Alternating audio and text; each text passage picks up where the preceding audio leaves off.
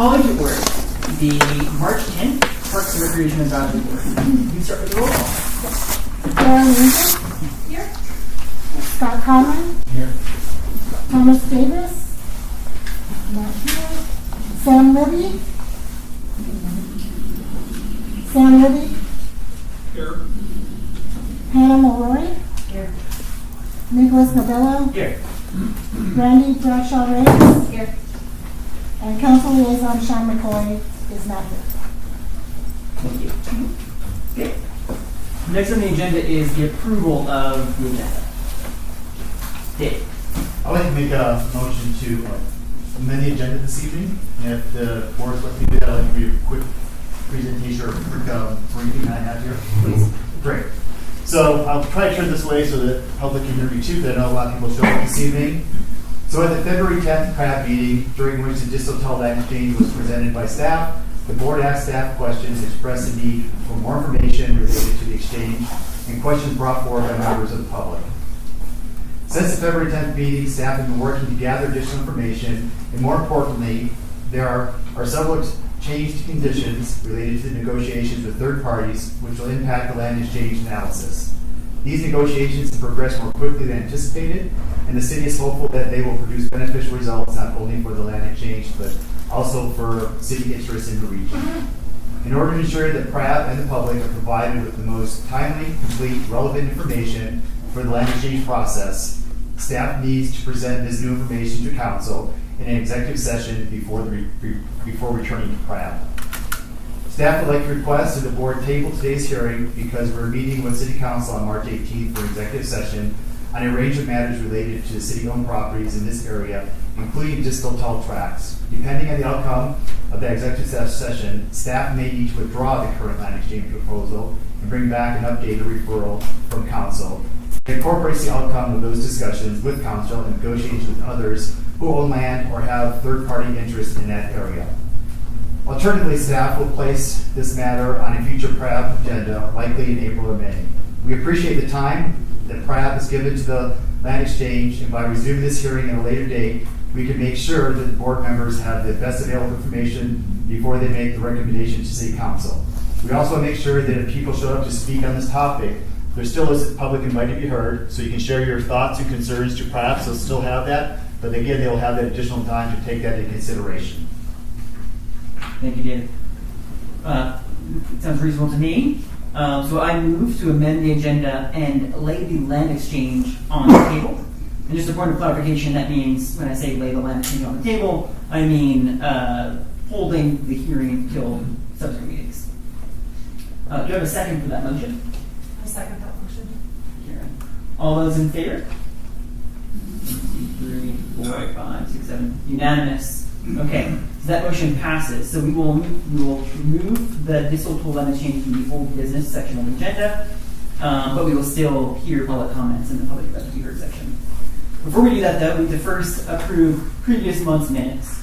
So I want to just look at the board here. Were there any edits, comments on the previous month's minutes? Is there a motion to approve previous month's minutes? Motion to approve minutes. Okay, thank you, Scott. Second? Okay, all those in favor? Sam, 2. Okay, that also passes. Great. Okay, next up on the agenda is the public invited to be heard section. And again, so happy to see you all here and really looking to your comments, including on the distal property. So just some ground rules on this. You'll have about 3 minutes to speak. Please state your name and address for the record, and then I'll give you a 30-second warning if I raise this piece of paper so you know kind of how long it is. You want to keep time? I'm going to keep time for you, Nick, or? I got my handy-dandy stopwatch. All right. I'll practice using this thing. So, Ron, who's right first?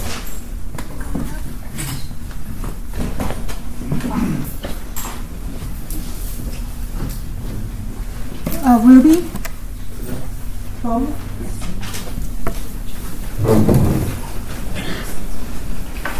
In January, when the land exchange proposal was on City Council's agenda, it was presented to Council as a package which included the composting facility. The land exchange is not a standalone proposal. It has other elements. And there still remain a lot of unknowns about the land exchange / development proposal, which includes the composting facility. As an example, I don't know the timeline of the compost facility construction. I attended the February 25th Boulder County composting facility meeting, and after the meeting, I asked the consultant who's doing the feasibility study what the timeline was for the composting facility. When would it be built? She could not give me a definitive answer. She told me they would have a better idea once the feasibility study was completed. 2, I don't know exactly what the city plans to build on this besides the composting facility if the exchange goes through. I've heard the training center, office building will be built there, a commercial driver's license driving course will be built, and the recycling center and fire training center will be relocated there. I would like to know if all of these will be built at Distal and if there are additional specific developments being proposed. 3, I don't know the extent of subsurface contamination after Distal property. On-site gravel mining began in 1989 at Distal according to the Phase 1 environmental assessment report. That's 35 years of potential contamination. It would be prudent for the city to determine whether hazardous, toxic, or petroleum substances from the mining and asphalt operations are present in the subsurface at Distal and the extent of contamination there. In the 2019 Terracon, the environmental company hired by the city to complete the Phase 1 EA, recommended a Phase 2 environmental assessment, the subsurface investigation, be completed. I gave you a few examples of what is not known about the land exchange development proposal. Here are examples of what we know for sure about the proposal. 1, it will be detrimental to our wildlife in the area and to our bald eagles at the confluence and along Boulder Creek. 2, it will pose environmental risk to our neighbors in Will County. 3, it will set a bad precedent for our open space program. Please reject the land exchange proposal. Thank you. Oh, and my name is Ruby Bowman, 1512 Left Hand Drive, Longmont. Thank you, Ruby. Appreciate that. Thank you. Gordon Pedro?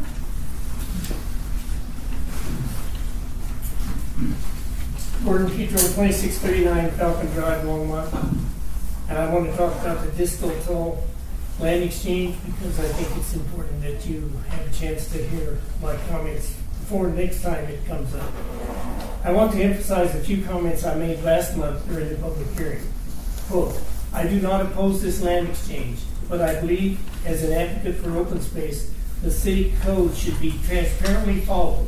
For me, that means Chapter 14.52 of the open space disposition should be the guiding document throughout this process. I also believe Pratt should receive from Public Works all relevant information and complete analysis of both properties involved in the proposed exchange. The city code creates a special role for Pratt because this entity was the most involved in the open space program. End quote. This special role makes Pratt the eyes and ears for the residents. They depend on you to ensure open space is kept whole. After reading your packet for tonight's meeting, I do not believe this is a land exchange. I think it's a land grab by the Public Works Department. I make this observation because Pratt still has not received timely, relevant information. Last month, you asked for several specific responses to questions. Those responses are not in your packet tonight. Why? However, in your packet tonight, for the first time, there is a report from Terracon, a consultant. This is a geotechnical report dated May 17, 2024 that was done for Public Works for a possible warehouse building and office for the Distal property. Is this called the cart before the horse?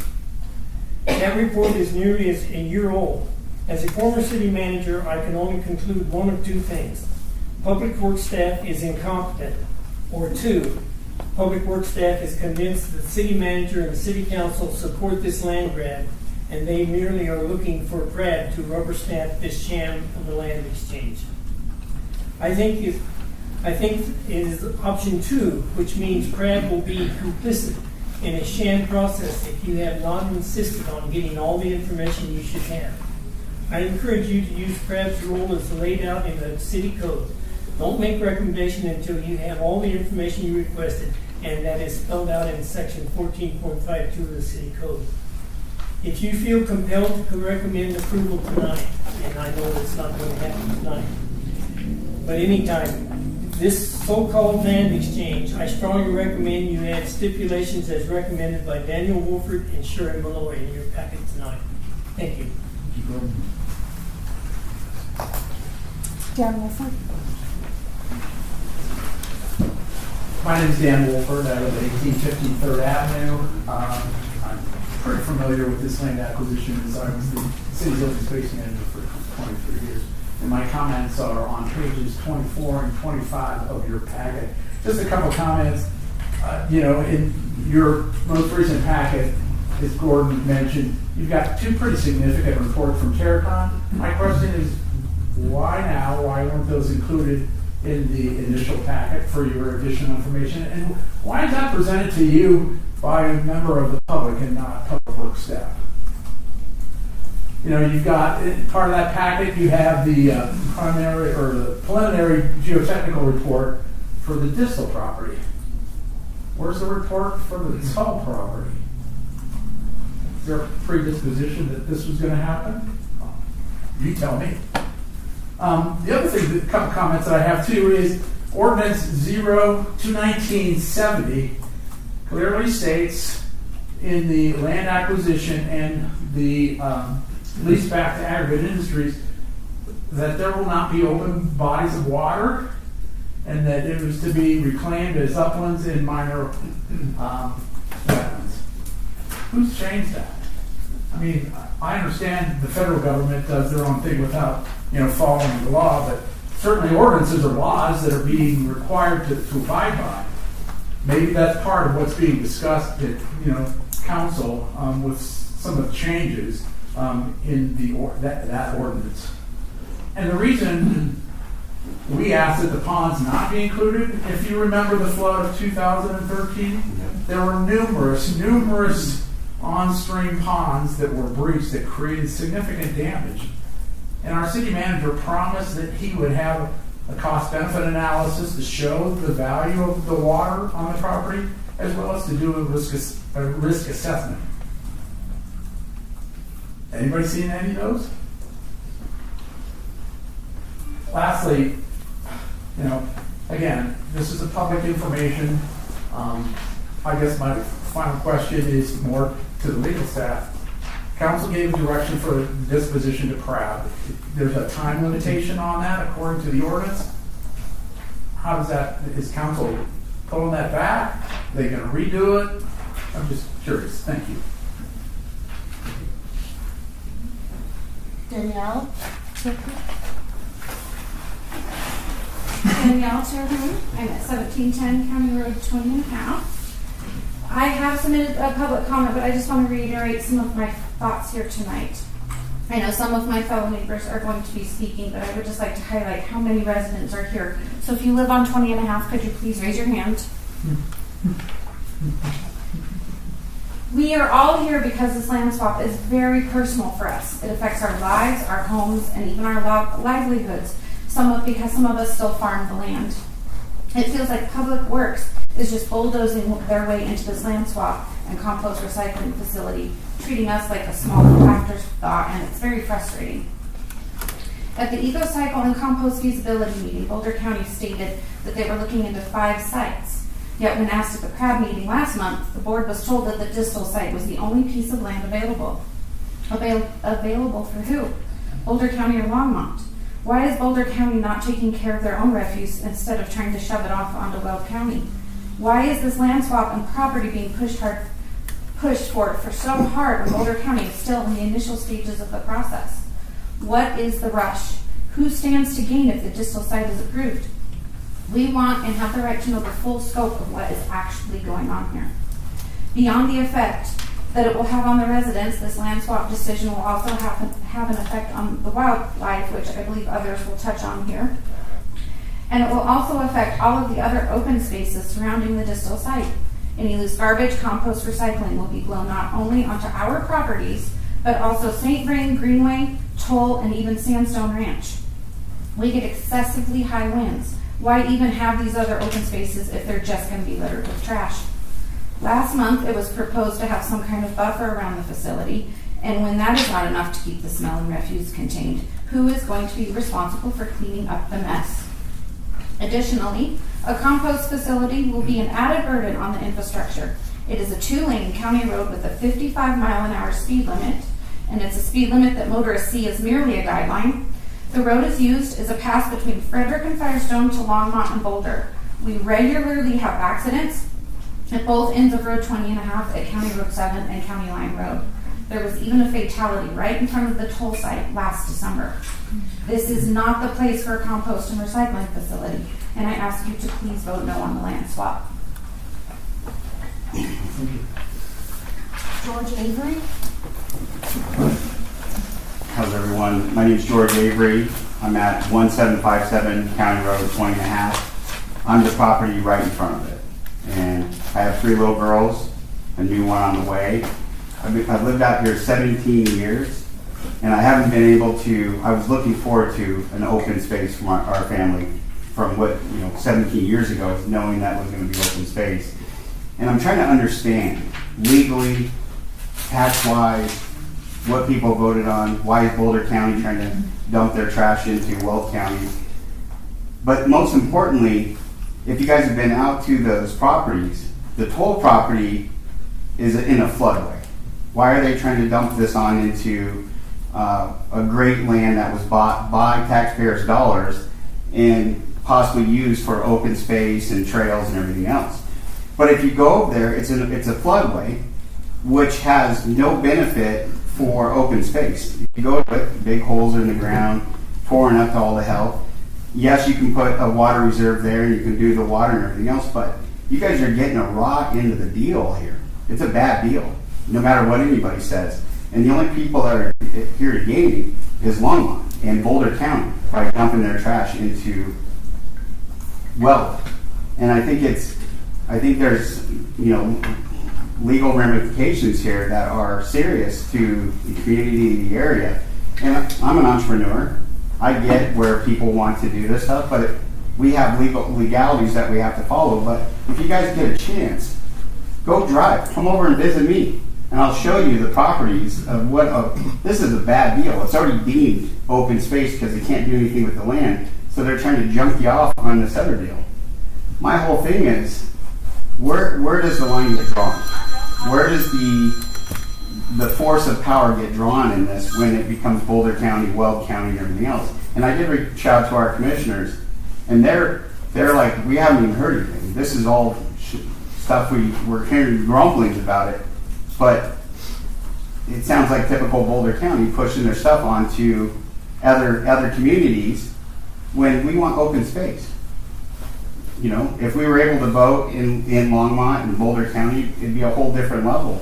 But you got to look at the families. You got to look at the livelihood. You got to go look at the properties and understand it's a bad deal. It's a junk deal. I mean, you've got a water reserve over there that's already deemed open space because of the floodway. So, my thing is, I think you guys need to get out and visit the site. I think it's, pretty bad it looks pretty dirty. It looks really dirty to a lot of people. And Weld County hasn't been, as far as I know, hasn't been contacted. Only grumblings they've heard from the Weld County commissioners that we spoke to today.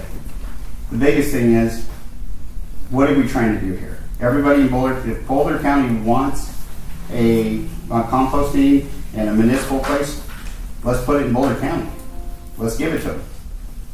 But obviously, we're just out there sitting there with no voice, no chance, no nothing, and it's going to be right in my front door. And I've heard everybody say composting facilities are, they don't smell, they're good, they're nice, they're good for everybody. Well, this is not an organic composting facility. It is hardcore composting. And that stuff, as soon as it blows onto my property, we got some serious issues.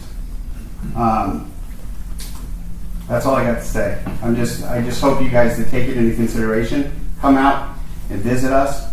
We'll walk you through of what the issues are, and not to mention, I got about 12 nests of eagles that are sitting in the trees looking at everything, right? I got eagles all over, I got hawks, I got wildlife, we got everything that goes through there. You know, what is open space and Parks and Rec supposed to be about? Thank you, Steve. Thank you. Sherry Mulroy? Hi, I'm 3 minutes, right? Yes. Sherry Malloy, 1632 Sherman Way. Before this afternoon, I had a 1-minute speech prepared where I was going to request that should PRAB vote to approve this proposal to City Council, that a conditional clause be included saying that if Boulder County does not pursue this compost partnership, the entire proposal becomes null and void. I was also going to request the inclusion of the 11 protective measures from our former open space manager, Dan Wolford. These 11 points are on page 24 of your packet. Friends of Open Space representatives discussed these at our February 5th meeting with City Manager Harold Dominguez.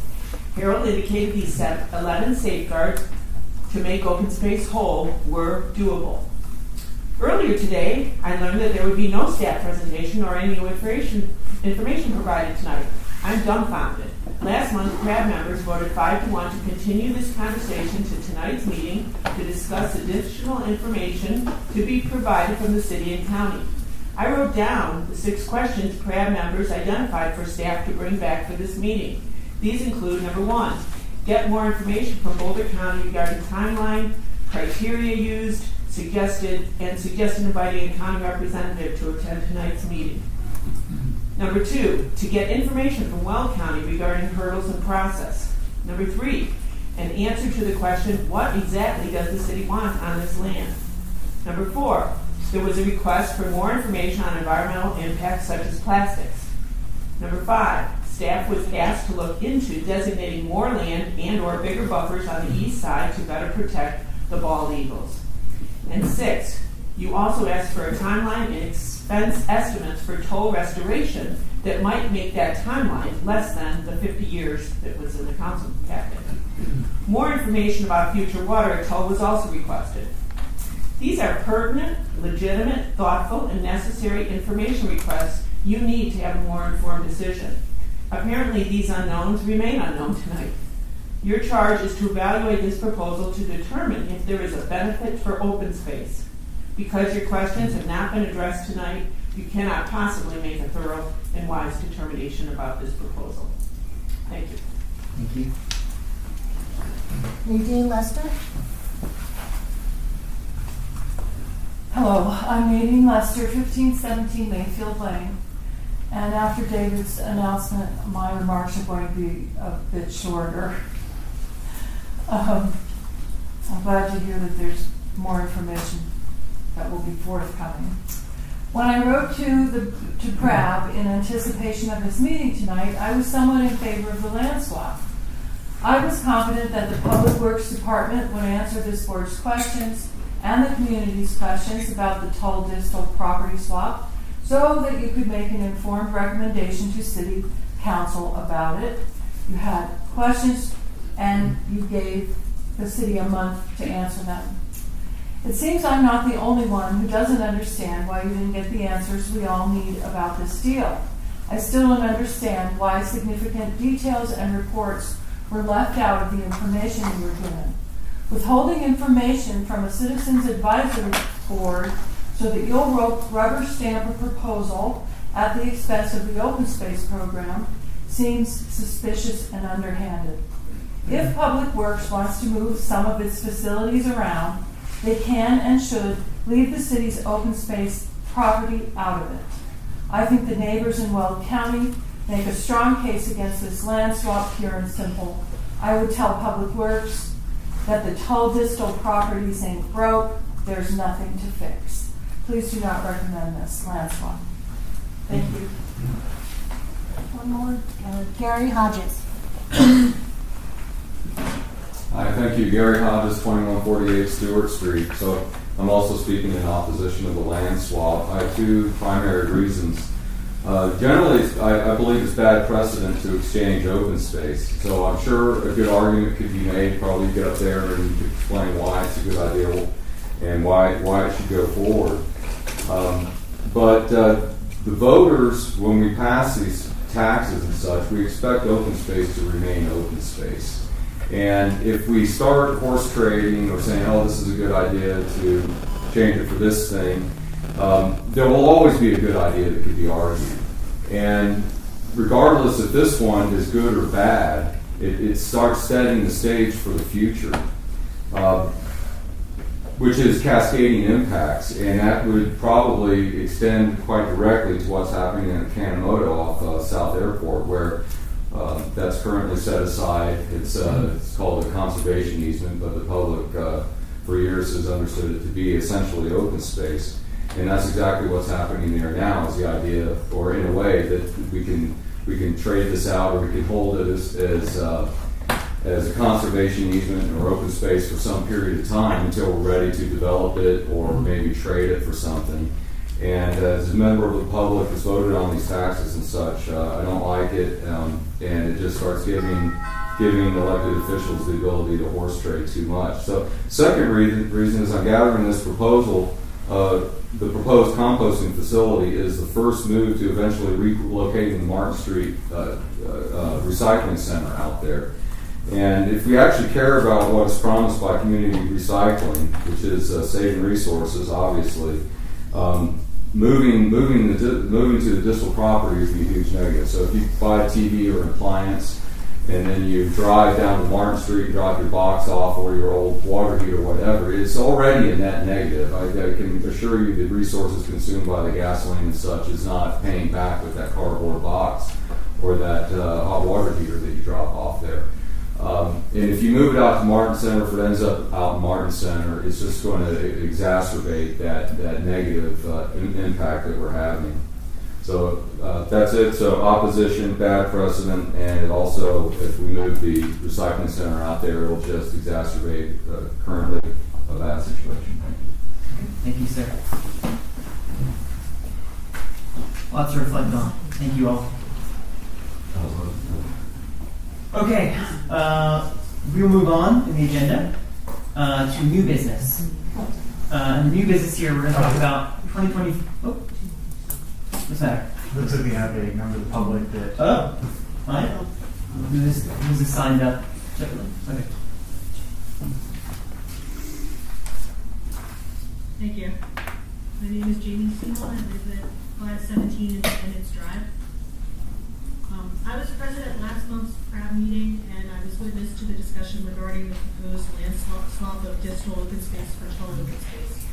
And I was disappointed to note that there is no presentation this evening to address the outstanding questions advisory board members have for staff. CRAB's role tonight, well, it'll be next time, I guess, is to provide its recommendation to City Council on whether the distal toll exchange should take place. But how can it give an educated recommendation when it doesn't have all the facts of the exchange? Chapter 14.52.030 of the Longmont Municipal Code provides for the disposition of open space, whether that's for sale to another landowner or to another city department.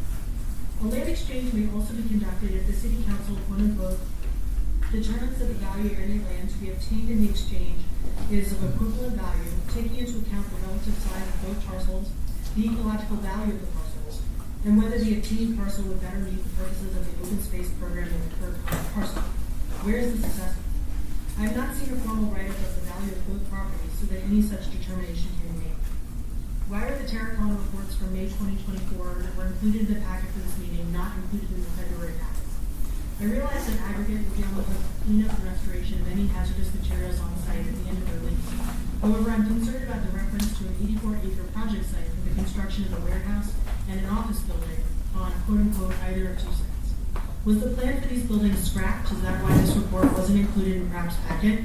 If not, the mere existence of this report directly contradicts the city's statement on their website that land uses will be considered later, and nothing is being built at this time.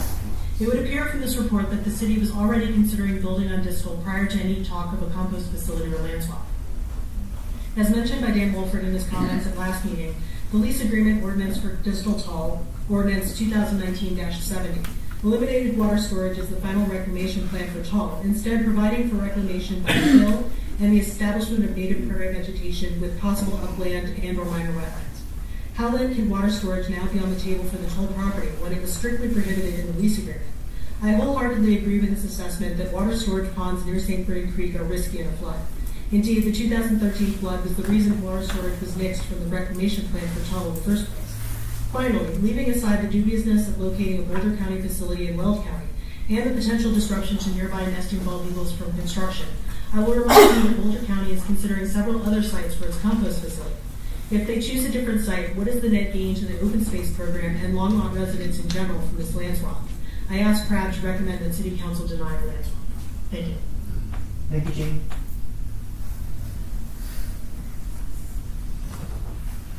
Okay. Any more? This time for real. Okay, great. Thank you. Thank you again, Jamie. Okay, we move on the agenda to new business, and that is looking back at 2024 and all of our accomplishments and challenges. So who is kicking us off on this? Thank you, everyone, for being here. Thank you. Get this up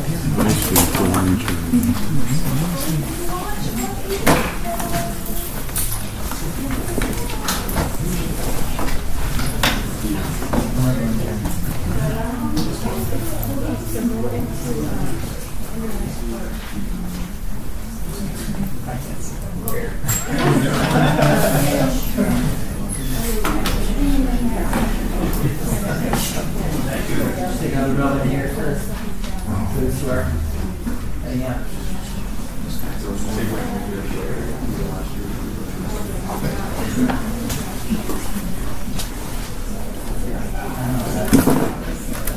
Get a better seat. Okay, I think you're ready. You're ready.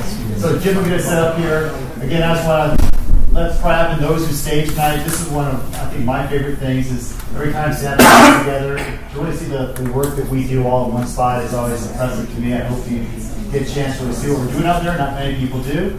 And we have a lot of great staff here tonight to answer questions directly too, which I really appreciate them all being here and giving up their time this evening to be available for you. So with that, Jim, would you? It's stuck in the middle of the presentation. This is like 40 slides. Okay. So as soon as we get these technical difficulties taken care of, we will move on to the.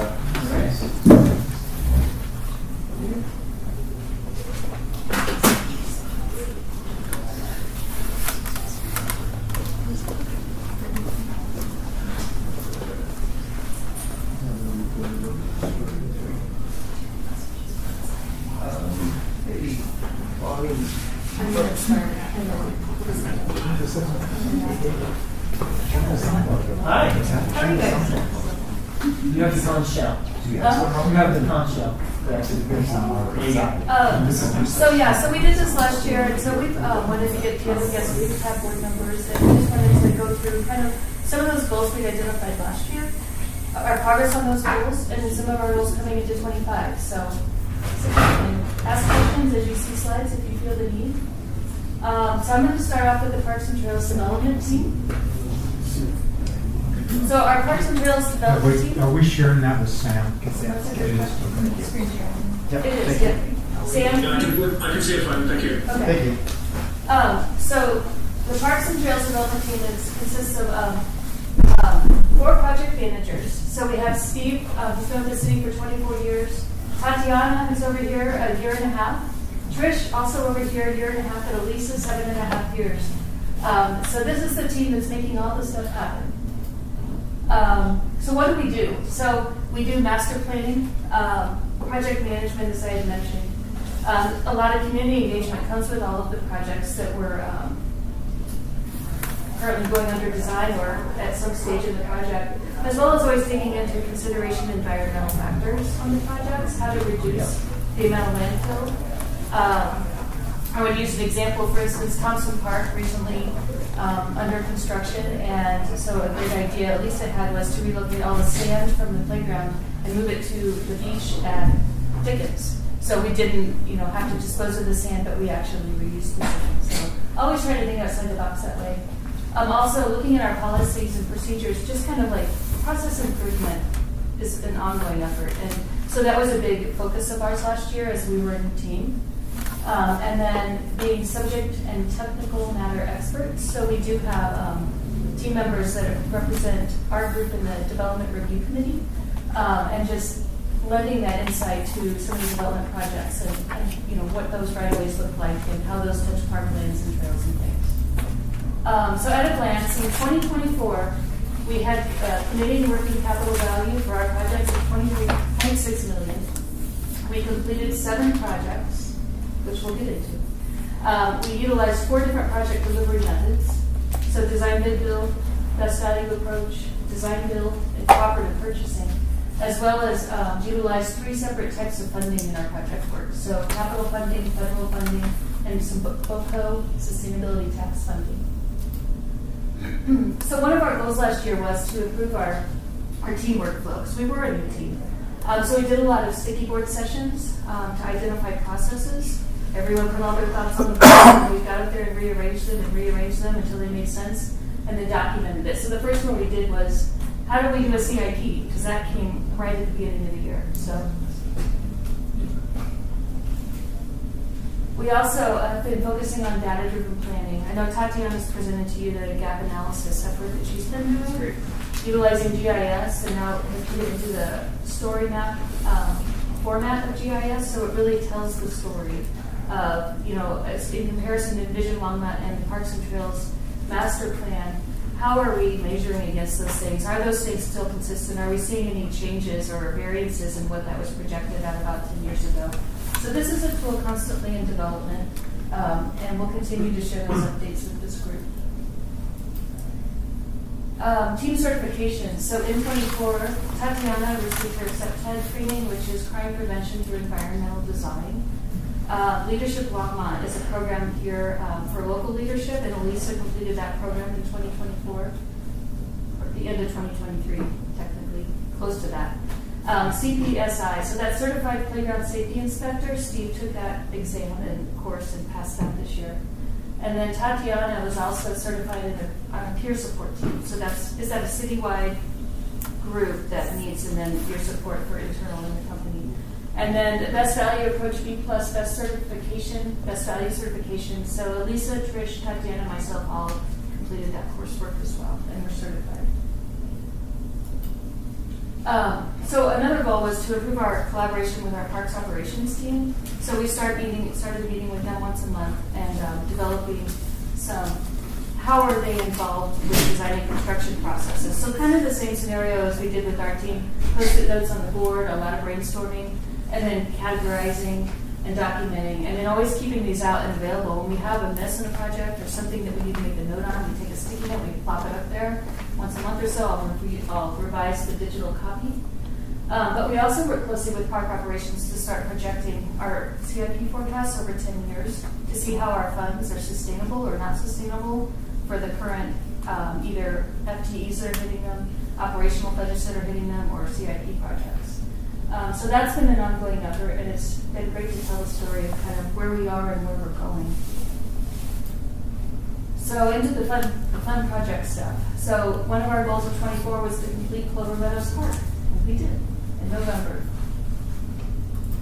Another one was to complete Dry Creek Park, the new turf and lighting at the sports fields there. Those were actually first programmed 2 weekends ago, striped. There's recreation. They were striped, and so I know firsthand that Tatiana's son played on this last week with his soccer club. But since we did get an email from someone, and I'm going to read it because it's positive feedback. Dry Creek's our best facility venue. The field turf is awesome. The lights came on, and it took the place to another level. You hit the mark with this new facility. It was worth waiting for the past couple of years. And that's from the Longmont Indoor Soccer and Boulder Indoor Soccer group. So that was great to see. Spring Gulch Phase 2, we provided assistance to our street engineering team, and that was completed in 2024 to connect Union Reservoir to Sandstone Ranch. Then Trish worked to have the Kensington restroom reconstructed after an accident several years ago. Elisa worked to make repairs to the pedestrian bridge at Oligarchy, where it crosses over near Long's Peak. I always fucking know exactly where that went. Roosevelt Park Rose Garden, so some bed edging that's been wanting to happen on the outermost beds. Elisa also took that by the reins and completed that project last year, as well as some ADA sidewalk improvements outside the Roosevelt Senior Center. That entryway didn't meet the intent of ADA, so she stepped in and helped to get all of those repairs made. And then Tatiana worked with our transportation engineering group to get some bike racks installed over at Golden Pond as a result of some community members' inquiries. So I think 6 new bike racks were installed over there. And so we've already knocked one project off our list for 25. So this weekend, I don't know if anyone noticed that Thompson Park was open. Sam, did you notice? Absolutely, I was there both days. Thank you guys. Okay. So it was literally, the last thing was playground surface attenuation testing on Saturday. And we said, okay, so if it passes, the fence comes down. If it doesn't, we've got more work to do. So what time did they take the fence down? On Saturday, they took it down at about 3 o'clock in the afternoon. And how long until it was packed with people? It was packed before that. Okay. We didn't even announce this opening, but everyone was watching and waiting. So, yeah, so that's a really exciting new playground. Everyone should go check it out. It has a really nice sand play feature with kind of some logs and some boulders. It has some the poured in place with the mounds and the fun little like younger kid playground, and then the big kid playground it's got a lot of opportunities for climbing. So super fun. So coming up, we've got Fox Meadows. That's going to be coming up for substantial completion end of this month. Right now, they're working. They've got the restroom, the shelters in, the playground in, the zip line in, the bocce in. So the last piece is the remaining concrete flat work, and then some of the landscaping. Now the landscaping will come a little bit later in some of the areas just based on weather, but that one is certainly not far behind. And then Nino Gallo. So they should be coming to completion with the pond, the raw water pond, and then they've done a lot of the site work already on the park site. A lot of the utility work is complete, so now we're kind of working towards some of the more fun pieces with, playground installation and other things. This is slated to be completed by the end of the year. Coming up, we have Roosevelt Park Playground and Fitness. So that design is a design build. Lisa's the project manager. Its kickoff is coming spring of 25, potentially April, to start that design effort. So that's the new playground and adult fitness course outside of the senior center. And then Garden Acres pedestrian bridge, the design is complete. Tatiana's the project manager. She's going to put that out to bid, but with the construction start date in November to follow the ditch season when it has the water going through it. We're going to be reusing one of the stored bridges from the Resilient State-Green project on that. Quail Campus is getting a new playground at their daycare at the rec center. Trish is overseeing that project, and the installation of that playground and court in place will be the May-June timeframe of this year. Tatiana is overseeing the cooling amenities project at Lanyon Park, and this is utilizing some federal funds, ARPA funds, as well as Boulder County Sustainability tax dollars, and I think that's it on the Lanyon. A little bit of capital. Well, that's for Kensington. So this is the new, like a little misting pad. They're still working through the design on this, but it'll ultimately have some seating, some gathering space, and a misting feature. There's a lot of developed trees through here, so they're just looking for a nice community space where they can gather and talk, be with each other. And then Kensington, as she had mentioned, is the other kind of sister project to this. The same funds, but in addition, it'll have some capital dollars that we had set aside for the Kensington renewal, as well as, we'll find out on Friday, but pretty certain that we have some GOCO grant money coming in for a splash pad here that's a little bit more than a misting feature. So that'll be pretty exciting. That would go down the new seating area in amphitheater where they would gather, would go down by the labyrinth, and then that's where the splash pad would be. And they're putting in a new shade structure there as well, so they can have a shaded area to meet. And then Sandstone Phase 4. So Trish is starting this one up. So another 4 ball fields and all of the associated pieces and parts. So that'll be a best value approach, and you're working through getting that RFP together, so that should be going out by end of spring-ish, beginning of summer. And then Hoover Acres Park renewal is the next renewal coming. It's also going to be a best value approach, and that document part for the RFP is underway. It's probably around the same timeline as far as the RFP going out. And Dog Park 1, so that design kickoff is pending the risk evaluation and then the city attorney's office signature, and that will be executed with him. So that is our overview of last year and what's to come. Are there any questions? Erin? I don't remember what the improvements were for the dog park. Oh, so it's, so there was gonna be a water feature. It's been a bit since I've actually talked about what the school was, but they were gonna do, a new shelter in the other area, because right now there's only a shelter on one side. There was discussion of you were utilizing the museum shelter that was salvaged. What wasn't known, now that the design team has looked at it, was that it was a custom feature and they cut a lot of the welds and we aren't certain that all the pieces are there that we need. In the interest of the budget, we're gonna go ahead with a new shade through there, and it'll also better match the one that's out there. So as I mentioned, a water source for the dogs, ADA improvements, and beyond that, whatever the budget can allow.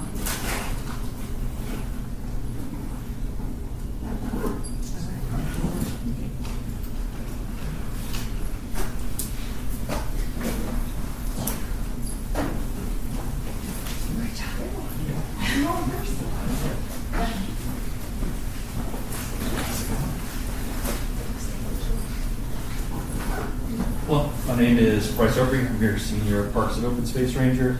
This is Chelsea Wilson. She's your Senior Ranger over at Union Reservoir. We'll talk about some of our accomplishments from last year and what we're hoping to accomplish this year.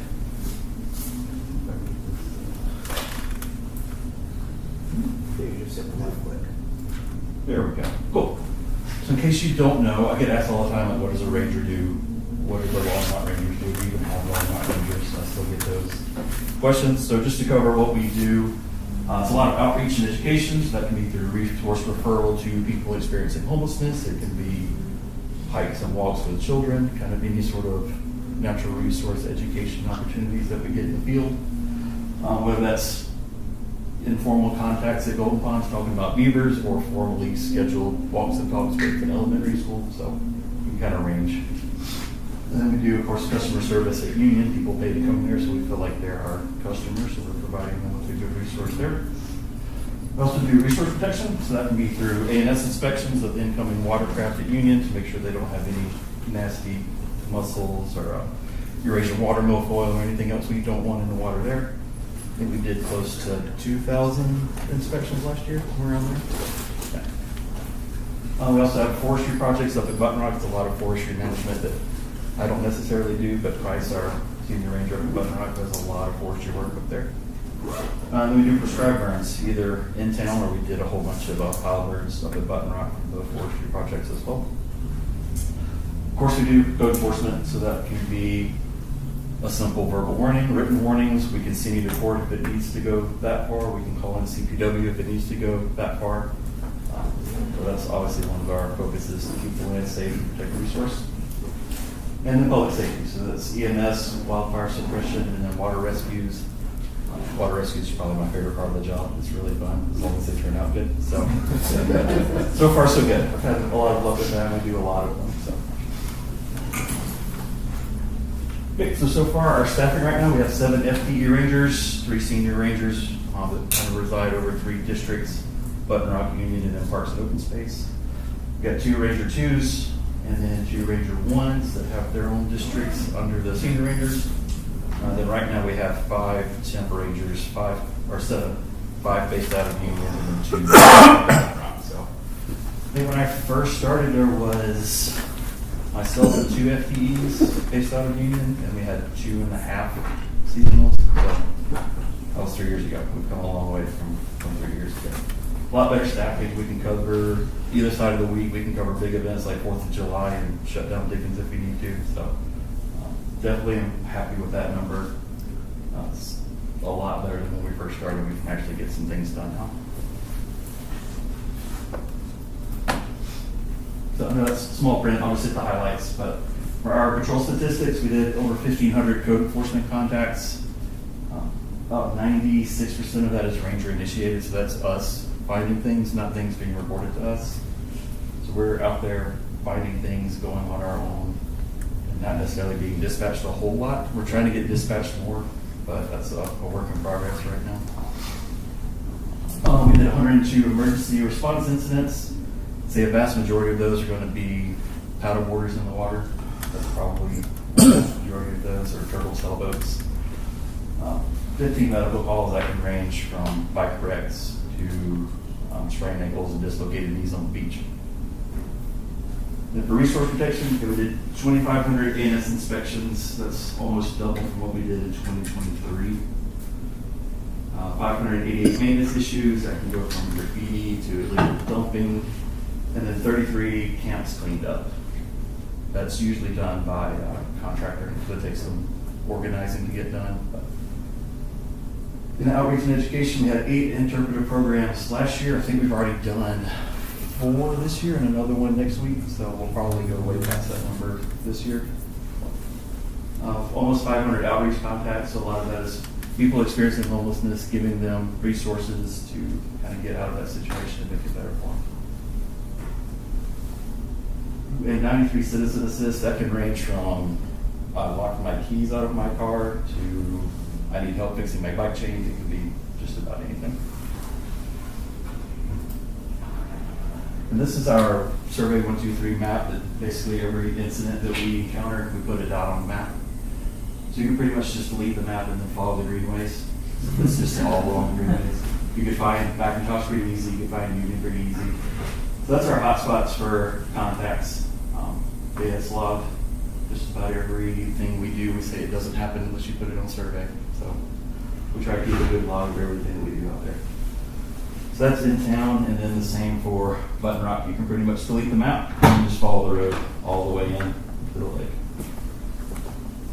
Any questions there? What are those cool things on the outside that I want to go?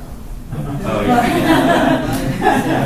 Yeah, I want to know what the outliers were. I think that was a search and rescue out of Elizabeth, where they were kind of out lost back there. Okay. Yep.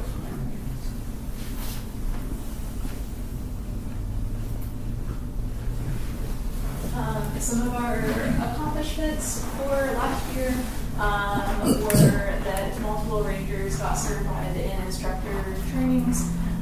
So we have 2 defensive tactic ranger trainers now that we can do in-house trainings. We had been doing trainings with Longmont PD, and now that we're not going to continue to do those, and they're great, but we would like to continue to do more training on our own. And it just doesn't coordinate our schedule with PD as much, where we can do in-house training. It's much easier to coordinate that a lot better. We have a new ice rescue trainer who did our first official ranger-led ice rescue training this past season, which is Bryce, which is awesome. And then ATV safety, we have one ranger who is now an ATV instructor, and one of our open space folks is also a instructor, and I got to go through her training this week, and it was awesome. So if anybody gets to go through ATV training, it's really fun. We did some updates to the Muni code in order to protect public land systems better and kind of clarify some things.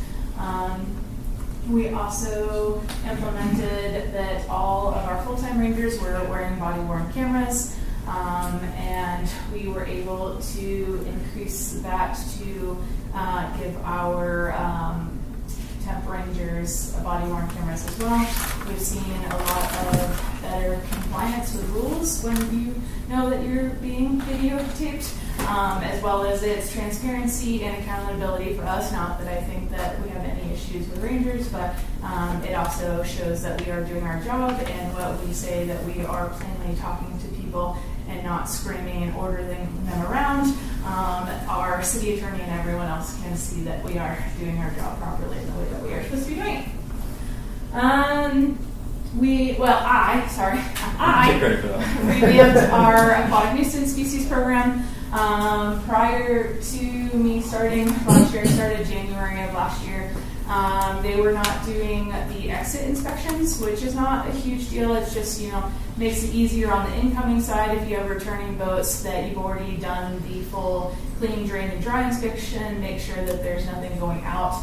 That way the incoming inspection is a lot faster, as well as if they go to another body of water, it's a lot faster that they know that a certified instructor has inspected it and they're good to go. So in 2023, they did 35 outgoing inspections, and I increased that number to 653 for 2024. So way over 50% increase. But my goal is to continue our coordination with Colorado Parks and Wildlife and their Aquatic Nuisance Species team.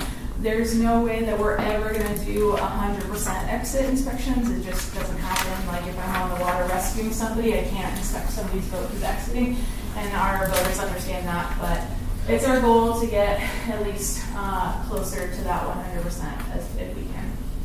And then we did originally have all 7 of our temps returning between Button Rock and Union and Open Space. However, one of our temp rangers got a full-time job as a ranger with the city of Fort Collins, which congratulations to him. But we were able to, Bryce and I did interviews for the just-in-case scenario if they did get a full-time job, and we already have somebody started, and they will start on the 24th. So we're excited for a new person to add to our team. Some more accomplishments for us. We started to work with our social media team in order to get a Longmont Ranger presence out on the social media so that people can see the friendlier side of Rangers instead of kind of the fun police side of Rangers, which is kind of sometimes what we have to do. So we're doing posts for the Facebook and Instagram. And then we also have a Ranger representative on the peer support team, as well as that same Ranger representative is also on the LEU's dive team and goes out and is trained to do dive rescue things. So that's really awesome for us, especially if we ever needed help with anything at Union. They did actually come out and save me this summer because I had a Hobie cat that flipped over. He didn't have a float on his mast, and his sail and everything just got clogged with water, so the dive team was able to go down, put a float bag on it, lift the mast, and then we were able to flip him back upright. So I've convinced that boater he now needs a float on the top of his mast. Will he do that? I'm not sure. So, park improvements for Union Reservoir. So we're trying to better orient the way the traffic goes inside the park, just because it is a small park. I've got small roads. I don't have a lot of land room inside, so trying to improve traffic flow.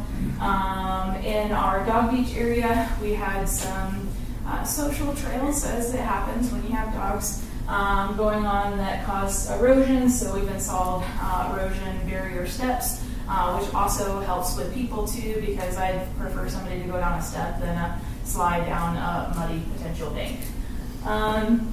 We've added some marker buoys in order to prioritize fishing areas for shore fishermen, especially over by our already designated fishing pier, and creating an area because I don't have a lot of land room, as I said, so trying to make all user groups happy when it comes to boaters and shore fishermen having the right of way when they are there fishing, and trying to explain that to paddle boarders. So marker buoys helps.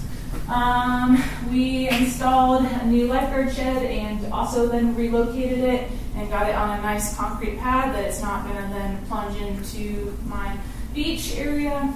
And then just increasing awareness at the dog beach for dog owners to pay attention to their dogs, because again, erosion control was one of the issues, but also the pet waste from people, having a great time and picnicking and everything else on the dog beach, but then it causes an issue when water quality and the fact that the reservoir is right there and people's dogs are pooping on the sand. Want to take Button Rocks? I'm trying, yeah. Well, I was not prepared for this. So yeah, Button Rock, they increased visitor compliance with the new dog ban, for lack of better terms. Seems like they went out of their way to set up people for success with signage at the parking area. If you cross the point of no return, you're liable to get a ticket, but you do have, plenty of signage to warn you that dogs are no longer allowed there. So it was a rough first couple of months when they implemented that. We went with a lot of education that the rule actually changed, and we just had a hard line of, okay, we're past the education phase, it's time to start writing some literature. It's gotten a lot better. They have still make contacts with people, but it's usually few and far between, so I think people have accepted the fact that it's not going to change, and there's plenty of other options for dogs, so the compliance with that has gotten a lot better. But it was a rough couple of months when it was first implemented. They were getting law enforcement contacts all the time on that one. They improved infrastructure security at Button Rock with gates and cameras. They had a long maintenance backlog that they're getting caught up on, so they've done a lot of work with trail maintenance, providing resiliency to their ranger station from wildland fire. They've done a ton for forestry grants. I think Price has probably acquired over $1 million in grants in his time here, so he's excellent at that and securing money to do all these forestry projects for Button Rock. They've done a lot of work with the Youth Corps, with Longmont County and Boulder County Youth Corps with a lot of those forestry projects. Like I said before, they burned 600 plus flash piles this off season, so getting up there and lighting some fires that are well overdue. Finally was able to have a season where we could get up there and do that, so that was a good project for us. And then they did suppress multiple wildfires during the Colson Gulch fire in July, so getting to use our red card is always good. Some of our division goals for 2025 are to expand our ranger-led trainings. So since we do have instructor trainers, obviously we would like to use those certifications. And as part of continuing to have your certification is that you need to teach classes. So focusing on defensive tactics, EMS, ice rescue, and ATV. We would like to continue to advocate for Union Reservoirs park improvement, funding, and more staffing is always nice. Especially when everyone takes vacations and somebody's going to have a baby here soon. It would be nice to have more staffing. That seems a little targeted. Right during the summer, too. Plan it better. So our plan is also, it's passed through the first reading of City Council, but we had an issue where our ranger dock and our public dock and our boat unfortunately got pretty decimated through windstorms last year. And so in order to protect that, we want to create an additional breakwater that would be on the west side of a ranger dock that we would acquire to then protect that ranger dock. And it's going to be longer in order to then protect the public dock from what the current breakwater is right now. And then assist with the potential Union Loop Trail project.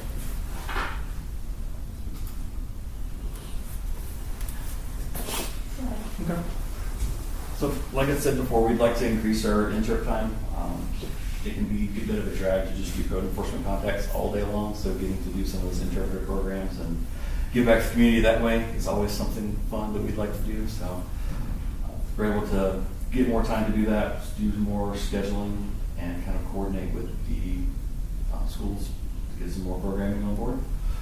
We're able to increase our patrol time due to the increased staffing that I mentioned before. So I'm not stuck in the office all day doing what I need to do, or we're not handcuffed to Union when it's really busy there. We can still have people at Union and get that taken care of, but also send key people to McIntosh to deal with the 200 out of borders that are out there. Looking to install NDCs into our Ranger patrol trucks. Those are the laptops that you can get to CAD and dispatch from.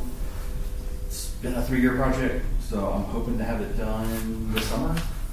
So we'll be able to jump on CAD, pull a lower priority call that PD's probably never going to get to, that we can absolutely handle in public lands.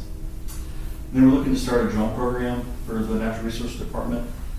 PD has a pretty extensive one right now that we might semi-model it after, but it's good for, if I have a 200-acre open space that I need to check for camps, instead of spending all day walking through that, I can just fly the drone, shoot it over there, and like, nope, no problems here, and then move on to the next site. So, looking at more drone applications, but that's just one example of how it can be useful for the Ranger team. And for Button Rock, they want to continue securing grant funding for their forward stewardship projects on the watershed.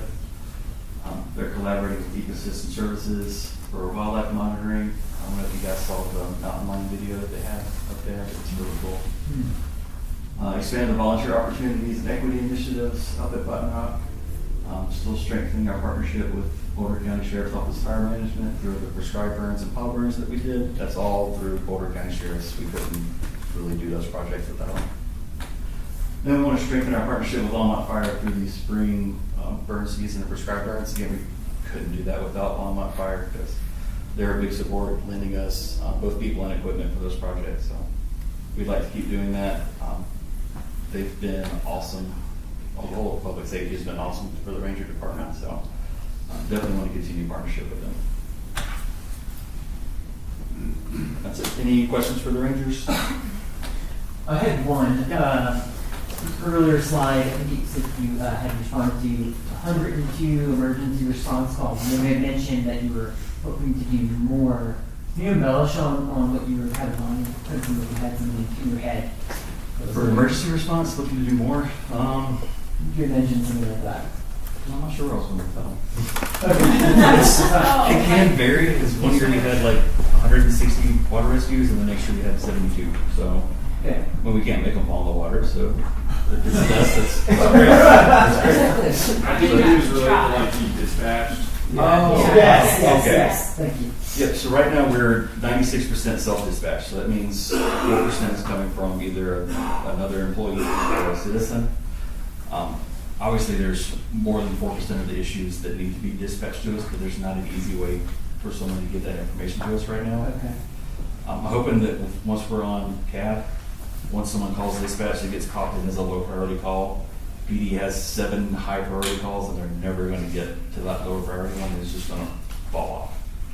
My hope is once we have CAD, we can see, oh, there's a low priority call at Roosevelt Park, I can handle that. And we're starting to respond to what's needed and what's reported. Okay, great. So That's it's tied to the got it. The 96 is great. It makes us look good. Like we're out there finding issues and taking care of them, but I know there's issues out there that weren't able to get to my screen. We're just hoping to address those. And part of that is more partnership with public safety and Longmont PD so that the dispatchers know what our capacity is and where we can patrol and what our scope is as well. So sometimes they're like, well, I don't, I'll just send an officer because I don't know what rangers can do and where their jurisdiction is. Thank you. Yeah, of course. Thanks, guys. Okay, I have one. You're Yeah. not off the hook. Let's go. Yeah, I have another one. You said that you want to expand volunteer opportunities and equity initiatives at Button Rock. Well, I know what the volunteer opportunities are because I have done some. But what are your equity initiatives? Be a good question for Price, who's unfortunately not here tonight. I can get you an answer. Price. Ask Price. That's what I'm going to do. Yep. I'm just proxy tonight. I don't have a good answer for you. You have the same name, just with an extra bump. I usually just forward emails because like this is yours. They missed it. So yeah, we get mixed up all the time. Okay. Okay. Thank you. Aaron, we'll try and tackle that from the open space side of things, but we won't be able to answer everything like Price would answer it, but. Okay. You can do voices. You can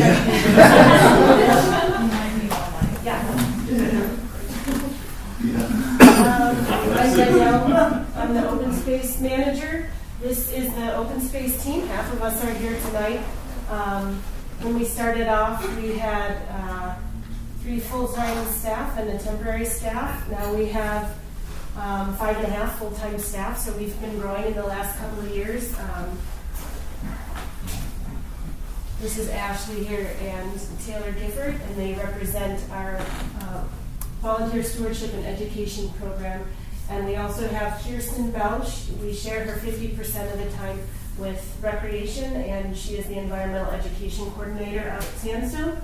And then we have 2 project managers on our team, Sarah and Justin. So I get a lot of questions about what the open space division does for both the public as well as staff in the city. So we do a lot of things, and this is a lot of words on one slide, and I'm not going to read it all to you either, but you can see the variety of things that we do. And I'm here giving you kind of the overview of open space, and then you're going to get a more deep dive into our volunteer stewardship and education program from Taylor here after I'm done. But we do various things in terms of land management, and we work a lot in conjunction with Jim Craig's ecosystem management team, because they're out in the field doing the operations. We're here doing the planning and the acquisitions and the project management for open spaces.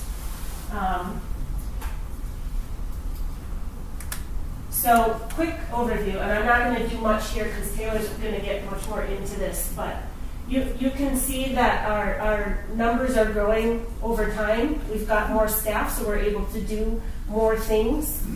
And then you can see that volunteer stewardship hours really took a jump in 2024,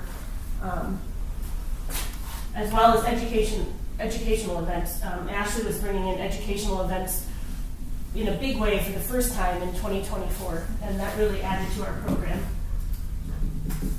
So in 2024, we have a lot of accomplishments in various areas.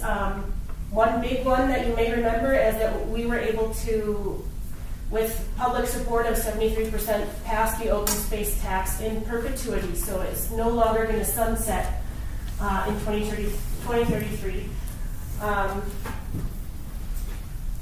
We are still working on our St. Vrain Greenway Trail project, but we're getting close to being able to put it out for construction bid. And so that's the section of the St. Vrain Greenway Trail, the last eastern section going out of the city, starting at Sandstone Ranch and linking into the St. Vrain State Park. We're also working on various other things in the project management realm. Why does that say St. Vrain twice? I think I meant to put St. Vrain 12 on here as well. And St. Vrain 12 is the very last section of St. Vrain that we'll work on, and we'll start in our Golden Ponds and head west and link into Boulder County system. So we've been starting to do some work on that project. And a big thing that we did in 2024 is really grew our team.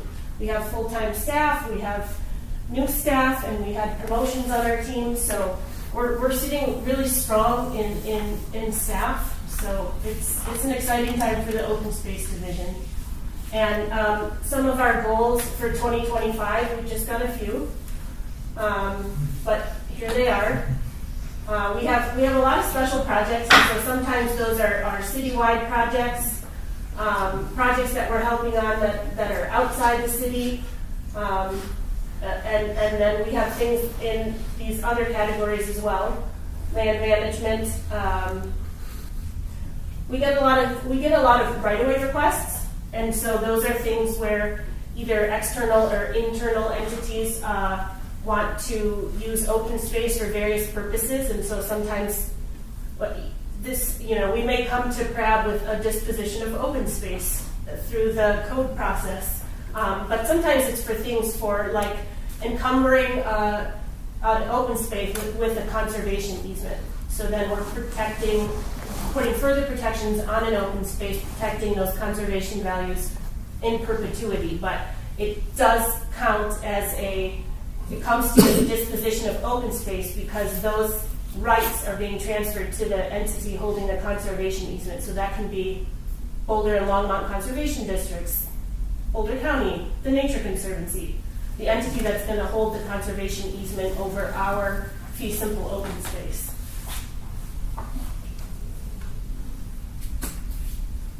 And that's it for the overview slides, but now I want to go back. How can I do that? No, I want to get out so that. Oh, I see. Yeah. Yeah.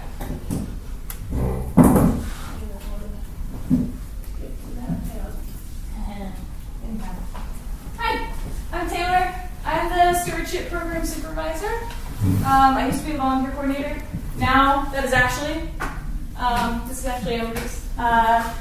Ashley was promoted from seasonal temporary employee to full-time this year, which is awesome. We also, as Danielle mentioned, Kirsten Bell, who some of you may know, she was the volunteer coordinator at Sandstone Ranch. She was also temporary. She's now full-time and supervised half by recreation, half by open space. So she's within our stewardship program is the new name of what myself, Ashley, and Kirsten all do together. So it's volunteerism and environmental education. Sorry, I'm outside of the PowerPoint. I was supposed to present at a different PRAD meeting, so I'm not included. But quick program overview. Mission statement, this is new. I'm developing a strategic plan a 5-year strategic plan for our program, so this will go right at the top. The City of Longmont Stewardship Program builds community connections through the care, conservation, and restoration of public lands. Through inclusive volunteer and education initiatives, we empower people of all backgrounds to protect natural resources, restore ecosystems, and foster a lasting culture of stewardship. Together, we cultivate a resilient environment while advancing equity, accessibility, and deeper community ties to the land and each other. That's what we do. I won't run through program vision because that's not every PowerPoint I've ever brought to PRAB, so you've probably heard it before. These are the logos for our current ongoing programs. So we have our Rose Gardeners at the Memorial Rose Garden at Roosevelt. We have our Raptor Nest Monitors, our Pollinator Gardeners, our Adopt a Park program. New program this year, we have a book club. This was requested by our volunteers. So we have an ecology-themed book club. We meet once a month. It's super fun. And that's in partnership with Rewild Within, which is a local organization that helps us with book accessibility and also helps lead the discussions. Citizen scientists, we do phenology walks, so tracking bud burst and when plants emerge in the spring and all that. And then we also do macroinvertebrate data collection, things like that. And then we have our ecology crew, and they do all sorts of stuff. All related to restoration and ecology. A few highlights, I won't go crazy. This picture, we did an LGBTQ affinity event this fall. We restored some burn piles with seeds from past projects that we were trying to get rid of. It's a perfect opportunity. This is it was a education / stewardship event, so we did some garden maintenance, then did sort of a nature walk, reflection, kind of health and wellness walk around the pond at Rogers Grove, and then came and did some education in our greenhouse, which is right out back here. This is one of our pollinator planting events this year. This one was at, I think, Rogers Grove, it looks like. I think we did 6, maybe 7 of these at different locations this year, so lots of planting. This is at the Rose Garden. This was the project Stephanie was talking about earlier. This was Elise's project. The new U beds out at the Rose Garden. Instead of plugging the roses back in, we put in native perennials, which is really cool. This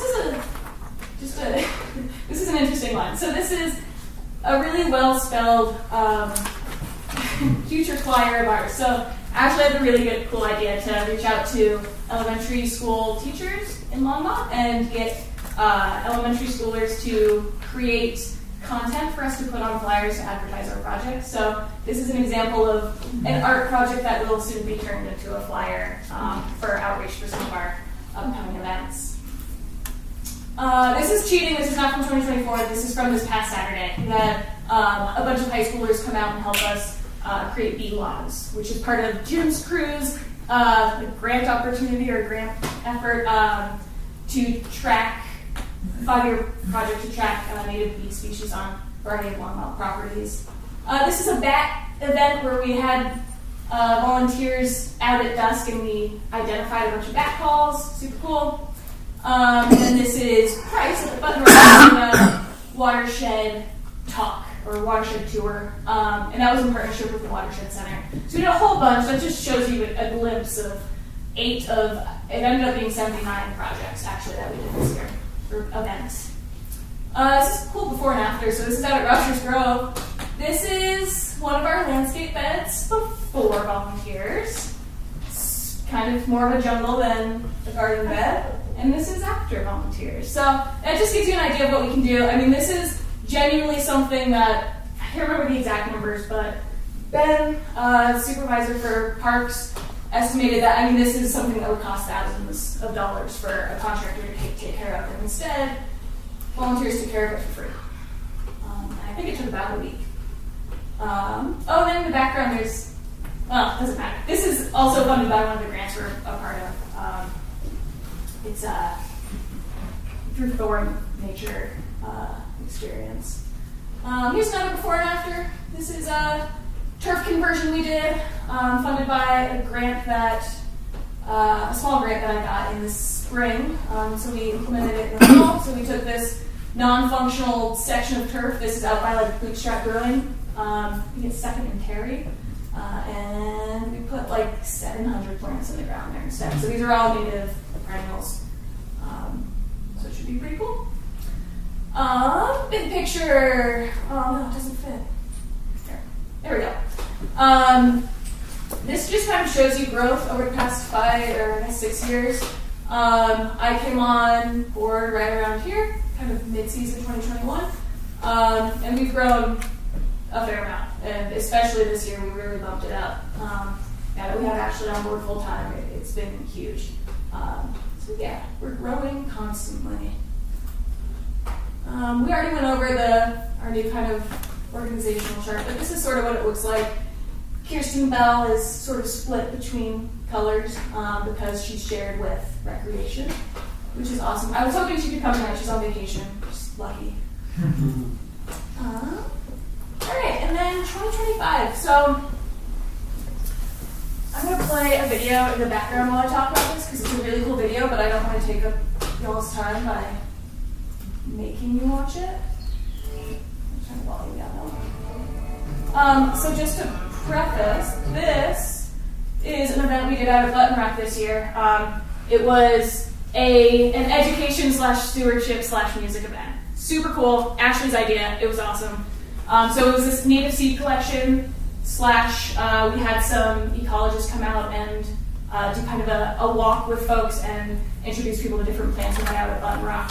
And then afterwards, we had a local musician who happens to be Ashley's partner. He did like a little show for us along the shoreline. It was really beautiful. Let's have that play in the background. So 2025, a few things we're doing. We have some grants coming into play or that are already in play. The big one, you guys have probably heard about a fair amount at this point, GOCO. That is coming up starting in 2026 and will go through 2031. It should be about $1 million over the course of those 5 years. I will come back when we have proposed whatever we're going to propose for that grant, and I'll probably have Thorn, who's our partner in that grant, come with me, and we can talk about that a little bit more. Nature Everywhere grant, this is an extension this is a 2-year grant that we got, I guess technically year before last, so we're running towards the end of that. It'll end in the fall, and we're working with Thorn again, and it's about $40K that we're working with this year to do equitable programming for youth in the outdoors, so nature-based programming for youth. Resource Central, that was the bootstrap planting turf conversion project. I wrote that in the spring, we got it, and actually I just got it again for this year as of yesterday, I think, so we'll be doing something similar again.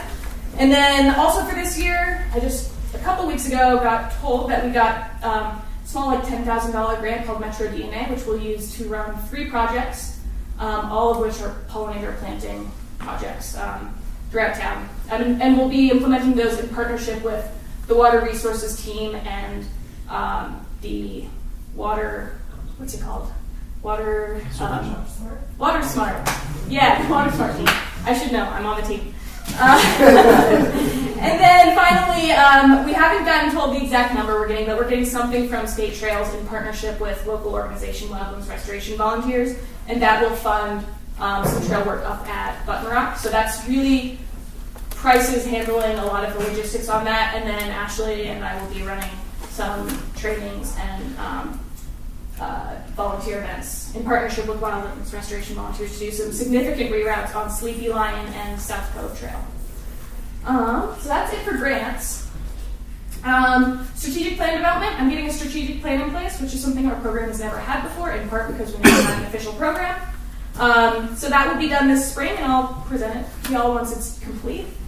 And then a big thing we're doing this year now that we have Kirsten on board is integrating Sandstone Ranch programming. She has a whole volunteer program out there. They do field trips, and recreation and I, since we're sort of joint supervising that position, just trying to get all of that merged into what we're already doing. That's a big challenge this year. We have an internal sort of new collaboration with sustainability. Ashley in particular will be working with some more outreach events and getting some more sustainability curriculum into what we're already doing, and vice versa.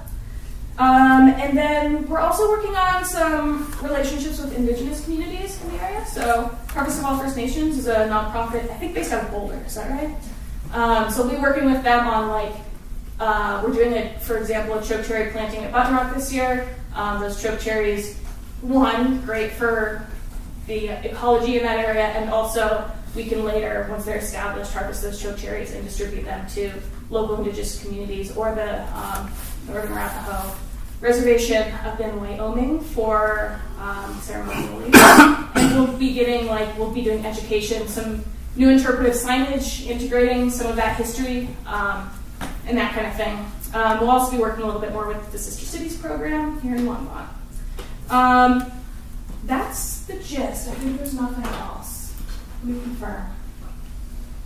Yeah, let's see if this works. It might. Yeah. So here's what we have coming up in the next few months.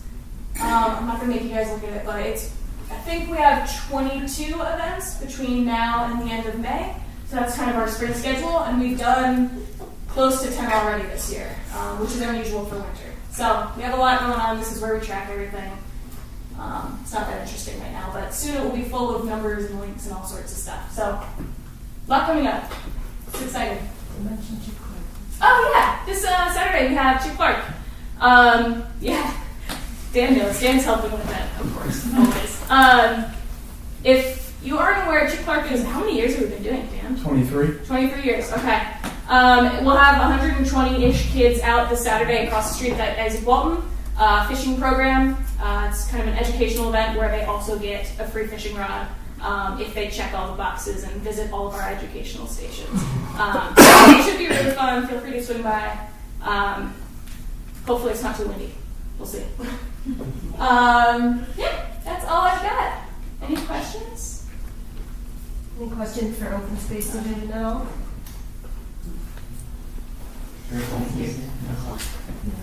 Go back.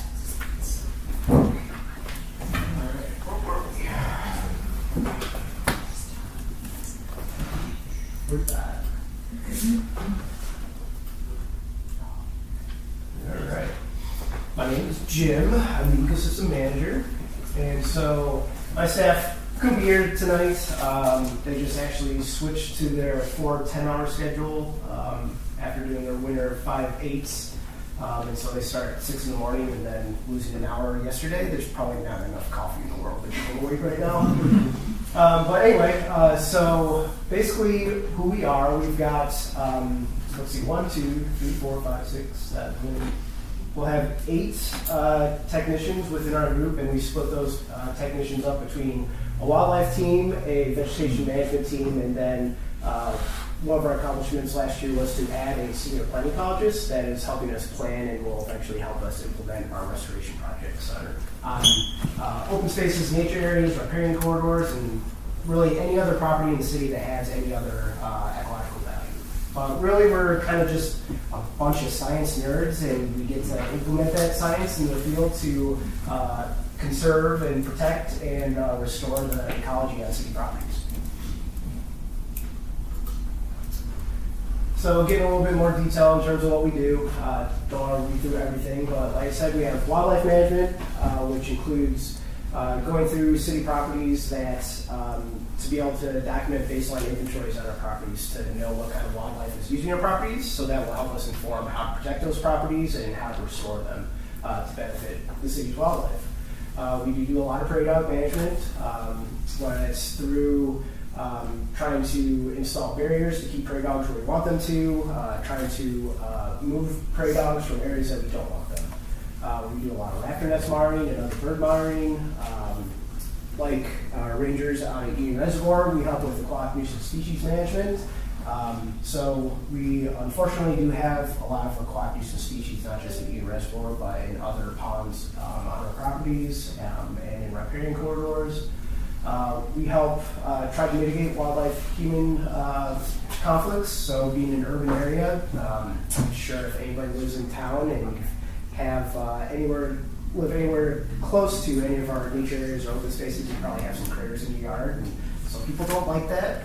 It's understandable, but we try to help people try to mitigate those conflicts so that we don't have to resort to people having to use lethal controls to do that. And unfortunately, one of the other things with wildlife management is our disease mitigation, which is unfortunately it seems like it's getting worse. So right now, I'm sure you're all aware, avian flu is widespread. Over the last few cold spells, we've had quite a number of die-offs of birds, particularly Canada geese, on a lot of our parks and open spaces and nature areas. And so we will respond to those calls and actually clean up those dead birds to try to mitigate any disease spread. So that's what our wildlife team does. Vegetation management, first and foremost, is really invasive and noxious weed control. We use integrated pest management, so that's trying to incorporate a variety of control techniques. So whether that's mechanical with digging up weeds or mowing, chemical controls with herbicide, biological controls with insects that actually will target specific species of weeds.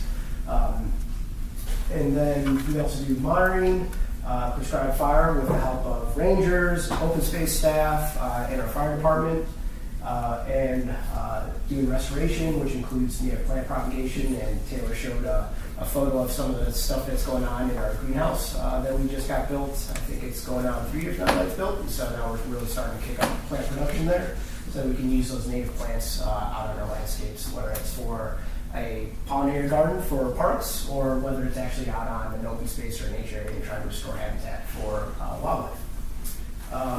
Like pretty much everybody, we do a lot of public outreach, so our staff, being the science geeks that we are, we do help with some educational programming, volunteer projects. Usually when I step into Taylor's office, it's to request her help and Ashley's help with volunteer projects, because we couldn't do everything that's out there without volunteers. There's just so much to do out there, so we really do appreciate the help from Taylor and Ashley to get those projects done. We do provide technical assistance, so like I said, with like wildlife mitigation on people's properties, we get calls from people that are asking what's a good native plant for my landscaping, so we'll help out with that. And then Taylor briefly mentioned that we do have a research grant program, which is a great program that actually Dan helped start up, similar to a lot of programs that other neighboring open space agencies have. So we provide, we usually earmark about $10,000 to $15,000 a year to provide small grants to researchers to either do resource inventories on our property or actually do research studies on open spaces or nature areas or any other city property. To really better help inform what's going on our properties and help inform and improve our management of the properties. We also help with updating policies and procedures citywide. And we do a lot of help too with other departments in the city, providing that natural resources, ecological expertise for other work groups in the city. And we'll touch base on some of those. Some of the other stuff we do, want to highlight, we also have our West Nile virus prevention program that is within our natural resource program, which I think is a little bit different than maybe some other communities do. I think it's actually a highlight that our ecological program manages our West Nile virus prevention program. It's not like some just straight public health program. We also try to do our West Nile virus prevention in a way that is ecologically sound. So a lot of accomplishments. Like I said, a lot of wildlife monitoring. I think one of the cool things that we get to do is monitor our raptor nests in town. So we've had identified 60 active raptor nests around city limits and just outside of city limits. So it's pretty telling. We do that because raptors are kind of top of the food chain. So if they're doing really well, that indicates the rest of our ecosystems are doing well. So having 60 active nests, and I would say probably a majority of those were successful in producing young that were able to leave the nest. I think that's a testament to really Longmont's commitment to protecting our environment and how well those raptors are doing. We survey all sorts of animals, so we did some fish surveying, we do other breeding birds, macroinvertebrates, and other times bats, herptiles, which includes frogs, amphibians, reptiles. One of the other highlights, if you're all familiar with Resilient St. Vrain Project, just under design is our next reach called the Hover Reach, which is kind of from Sunset Bridge that will go up to Lincoln's Gulch by Golden Ponds. There is a pretty unique habitat for, they're called bank swallows that nest over by the pedestrian bridge over here. And so we were doing a study to figure out how to mitigate potential impacts to that bank swallow habitat. There are species that are on the decline in Boulder County, so we want to do our best to try to protect those swallows, whether that's on site there or try to provide other habitat elsewhere. We did relocate with the help of our prairie dog advocate volunteers over 1,000 prairie dogs from properties where, particularly out of Dry Creek Community Park, where the next phase is going to be developed. So we had the opportunity to relocate those prairie dogs, which 700 from that property. That's probably one of these bigger relocations that not just City of Longmont has ever done, but most other cities have ever done. So I think that's a really another great testament to Longmont, our community's commitment to trying to conserve our wildlife. So although those prairie dogs are going to be compatible with the future phase of Dry Creek Community Park, we were able to relocate them down to an old chemical depot site that's under restoration down in Pueblo. And their hopes there are to be able to have enough prairie dogs and enough prairie dog acreage there to release the endangered black-footed ferret onto that property. So for Longmont to be able to contribute to that success story is pretty cool. Like I said, we provide guidance, technical assistance for other departments in the city. So some of the stuff that we helped out within Parks and Natural Resources was some guidelines on the new lighting on the amazing new turf field out of Dry Creek Community Park, helping up at Button Rock with evaluating the most appropriate places to realize the trails, helping with the trail planning for Union Reservoir and St. Vrain Greenway Phase 12 and 13. And so that's really important for us to do so that we can try to locate these trails that are in the best place that are lessening as much as we can the impact to our environment. Vegetation management. Unfortunately, we've got 29 different species of weeds that we treated, which is a lot, but that's on about a little over 100 acres of property on 30 different properties. We stepped foot on close to 2,000 acres of property, so we're looking at about 5% of our property that had some weed infestations that really needed attention. So pretty good at it. Like I said, we like to try to do integrated weed management, so we've initiated some goat grazing trials around Union Reservoir to see how well they're able to control weeds. And then down at the bottom, you'll see that we released 2 different species of biocontrol insects that specifically target these 3 species of weeds there. And so we'll see how well they do and continue to monitor that and see if they're successful or not. Bryce, you mentioned drone technology. That's something that we started to initiate in 2024 as well. One of my staff was able to get his drone license, and so we started to use that to improve our weed monitoring. So just like Bryce was saying, it can be really efficient to monitor property when you don't have to step foot on every square foot of it, and you can have a drone fly over it and try to point out where issues are. Some more accomplishments. We had 13 volunteer projects that my staff was able to help lead with Ashley and Taylor. Last year was the last year that my work group was responsible for hosting the Chippewa Kids Fishing Program, but now that Taylor's program is growing and has a little bit more capacity, she's taking it over this year. Thank you. We had 9 environmental education programs that my staff helped lead, everything from soils to actually how to collect different weed species that are edible and turn them into food. So some fun stuff. So continue to check out Taylor's program to see what kind of programs are going on this year. And then mentioning the research projects. So we did funded four projects last year. One was to model fuels, grassland fuels for wildfire. There's a lot of great information on forested areas and how they might react to wildfire, but not a lot on different types of grasslands. So I think you're all aware of the Marshall Fire, and this really kicked that off to help us better plan and how to protect our community from grassland fires. Two projects that we funded for studying the effects of herbicides on our environment. Like I said, we do integrated pest management, and with our herbicide use, we really want to make sure that we're using herbicides responsibly, and having more research to know how they might impact the environment is really important for us. And then Taylor mentioned our bee habitat project. So we're putting out those bee logs that have different sized holes in them, and we've got a researcher that's going to be visiting those to identify what different species are utilizing them, and seeing how well they're utilized.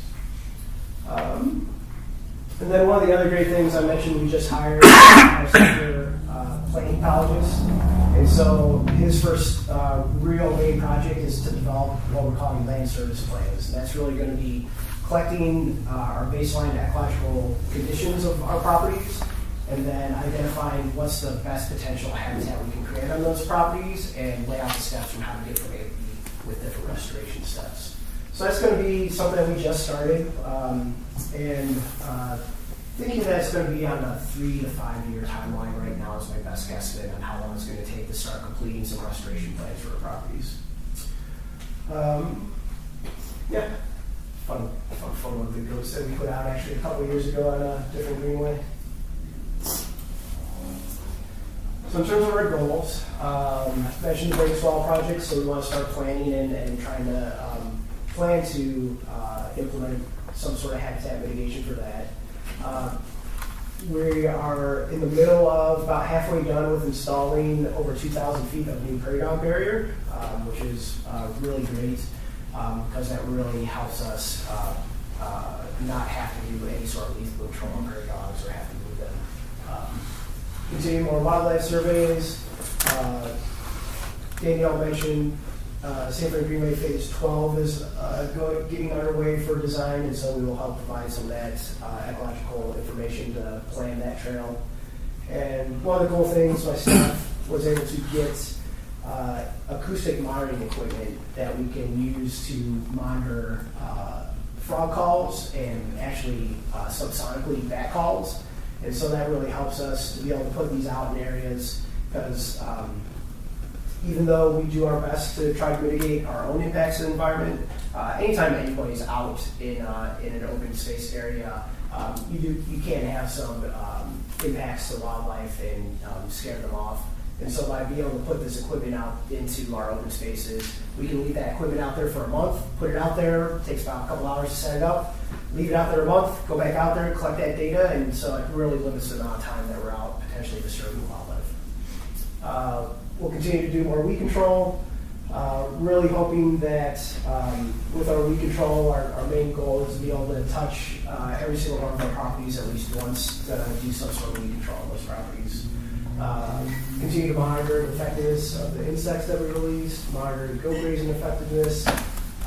At some point, it sounds like we may be presenting to PRAB with code enforcement, some updates to the city's weed control code for private property.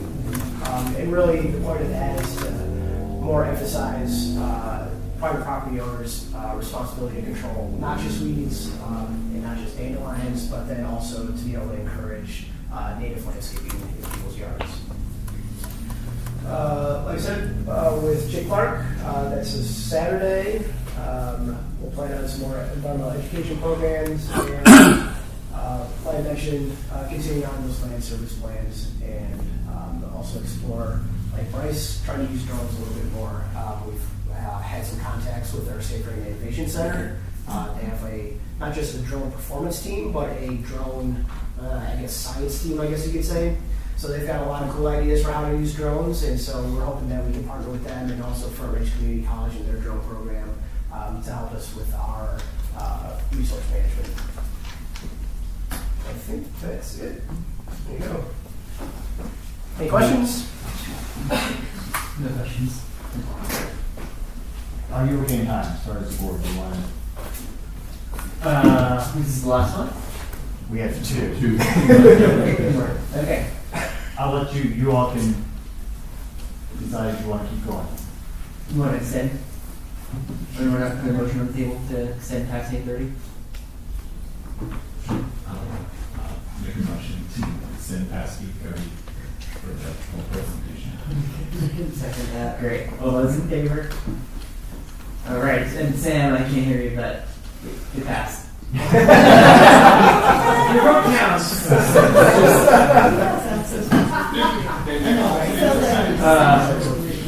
We just don't need it. All right. So we're good. We're good. You can keep going. Cool. Being sensitive to time, I'll keep it brief. My name's Brett. I'm the city forester and acting park superintendent until we find a replacement. So really our mission is to provide safe, clean, green, well-maintained, and attractive public environments for all of our citizens and visitors of Longmont. We have many staff that do anything from facility maintenance, irrigation maintenance, horticultural maintenance, and then full-time arborists. Just like pass through this stuff. We're going to start with a different version because I thought I hid those. So looking at some of the accomplishments from our irrigation team. So really the goal of our irrigation team is to keep things green, right? Keep plants living. Without irrigation, we can't have trees, we can't have, well, we can have some grasses, but a lot of those shrubs and things won't survive.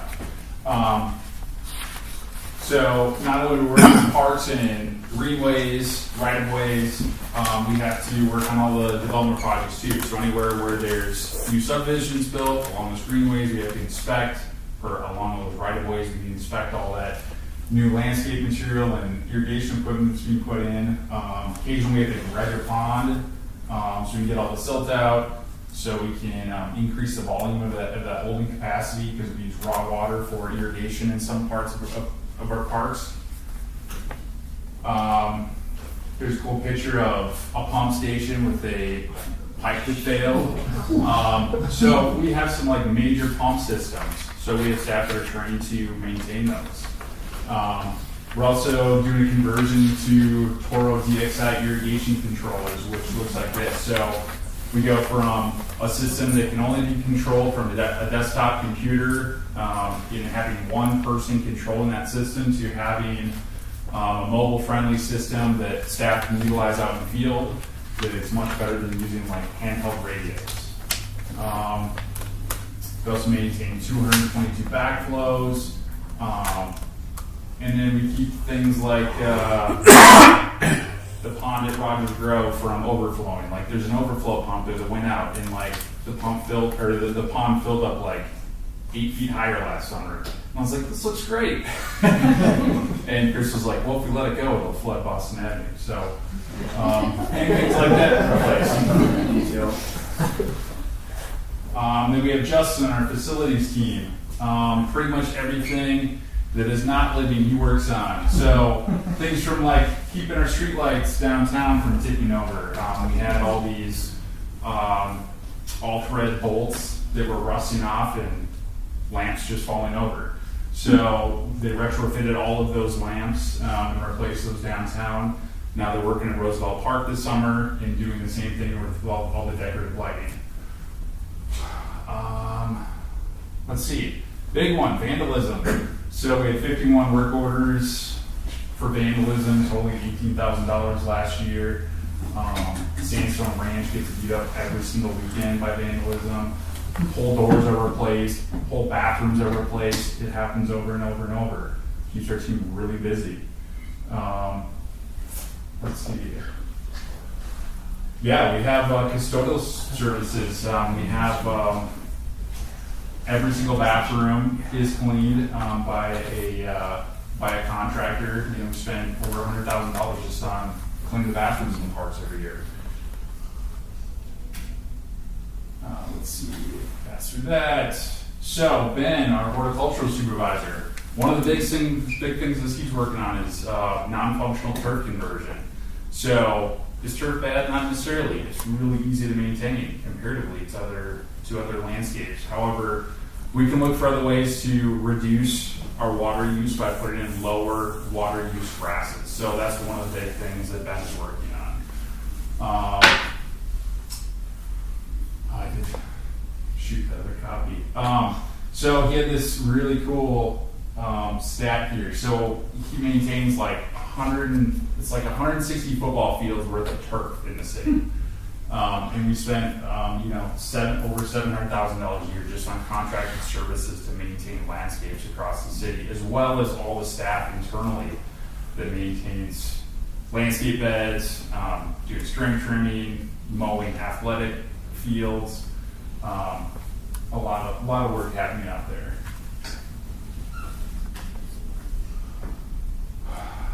Let's see here.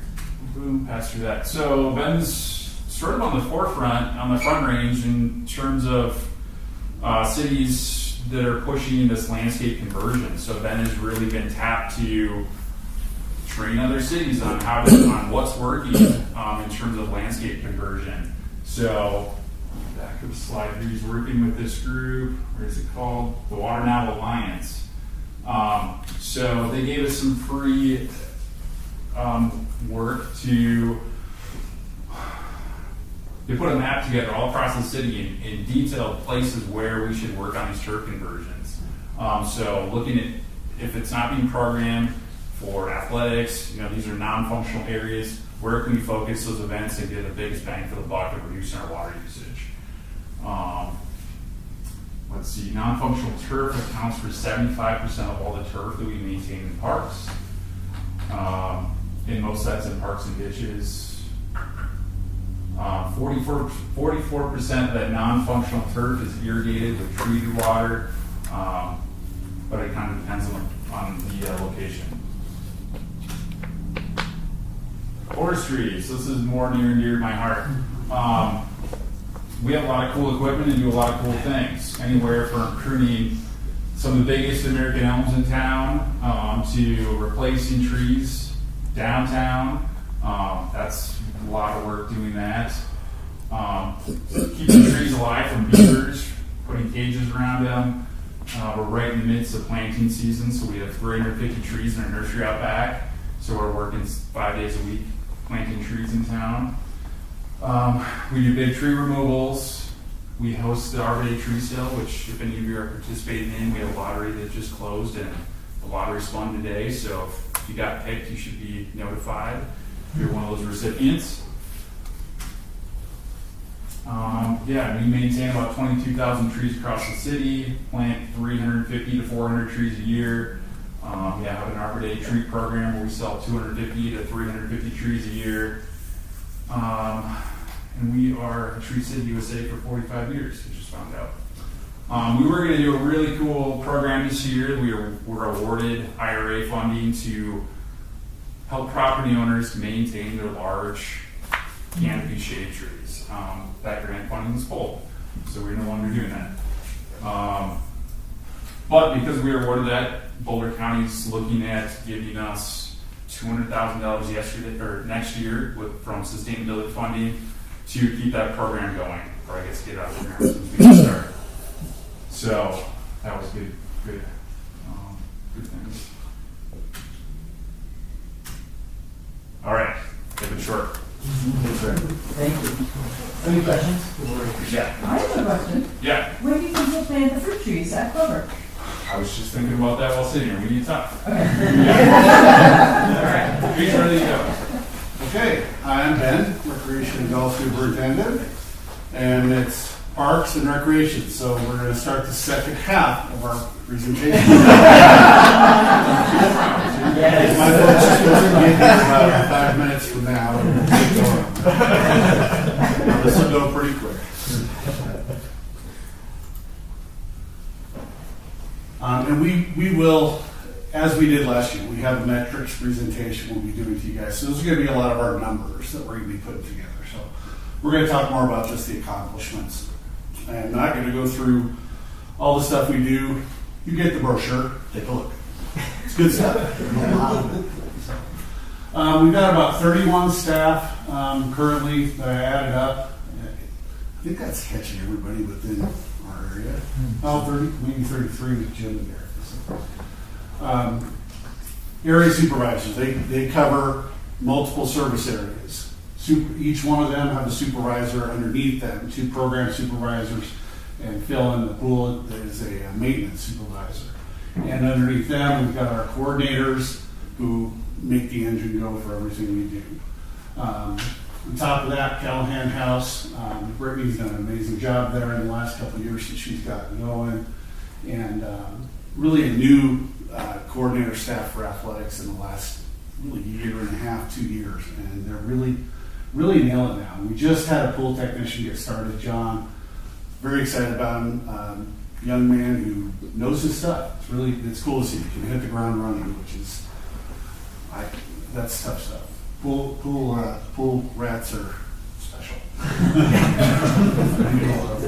And then, of course, our admins, including the wonderful Veronica over here, who keep us going every day. All right, accomplishments. We have just a few. This was the big one last year, getting that 4th of July going. Hopefully a few of you went. It was a great time. Put this all together. Ton of credit to Sam Calhoun, who is our special event coordinator, and everybody involved. This was multiple folks in the city. This went really well. It was a lot of fun. Honestly, once we got there, not that hard, other than Jeff and I learning how to be a gatekeeper of it. We weren't really planning on. We learned a lot. We did a count of about 9,600, but we know that right around us there's another couple thousand. And then you go out to the area around Harvest Junction and over by the rec center, you've got thousands more. The drone show was amazing. Everybody loved it. We are re-prepping for that this year. Just had a meeting on that. Very excited about it. And we're going through the planning. Like I said, we learned a lot this last year. Make sure I'm getting my notes as we do this too. Yep. Any questions about the 4th of July for this year? Got lots of suggestions.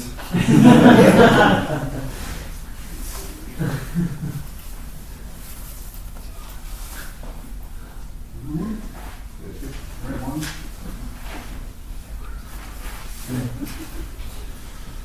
Centennial pool upgrades. We completely redid the surface. We completely redid the surface of Centennial Pool. This was a big deal. Centennial is, anybody who's been around for a little while, we have fought with it for sure the last few years. We had a major flood a few years ago. Had to go through that. We've had leaking. It's an old building. It is 42-ish years old. Yeah. So what we did, we went through and based on everything that happened the last couple of years with the bond and such, we know we got to get some more years out of this building. So our solution for certainly the time being and foreseeable future, added this new surface. We did this in the rec center the year before. That this is a 25-year surface. It completely seals everything that was done. So far, so good. We've still got some, I'm not going to call them leaks. It's some weeping on the backside in the pump room, but really coming along. On top of that, they really did some great work. Our walkway was redone. We got rid of the bleachers, which was a huge project that our guys did, which then allowed us to move the workout area over from the one side to the other. It just made it a lot more functional. Now there's actually a workout area that's really dedicated, and folks don't have people walking through. So if you live on that side of town, you want to do a workout, this is now a really good spot. We've added some equipment. We're going to keep tweaking it, making it really nice.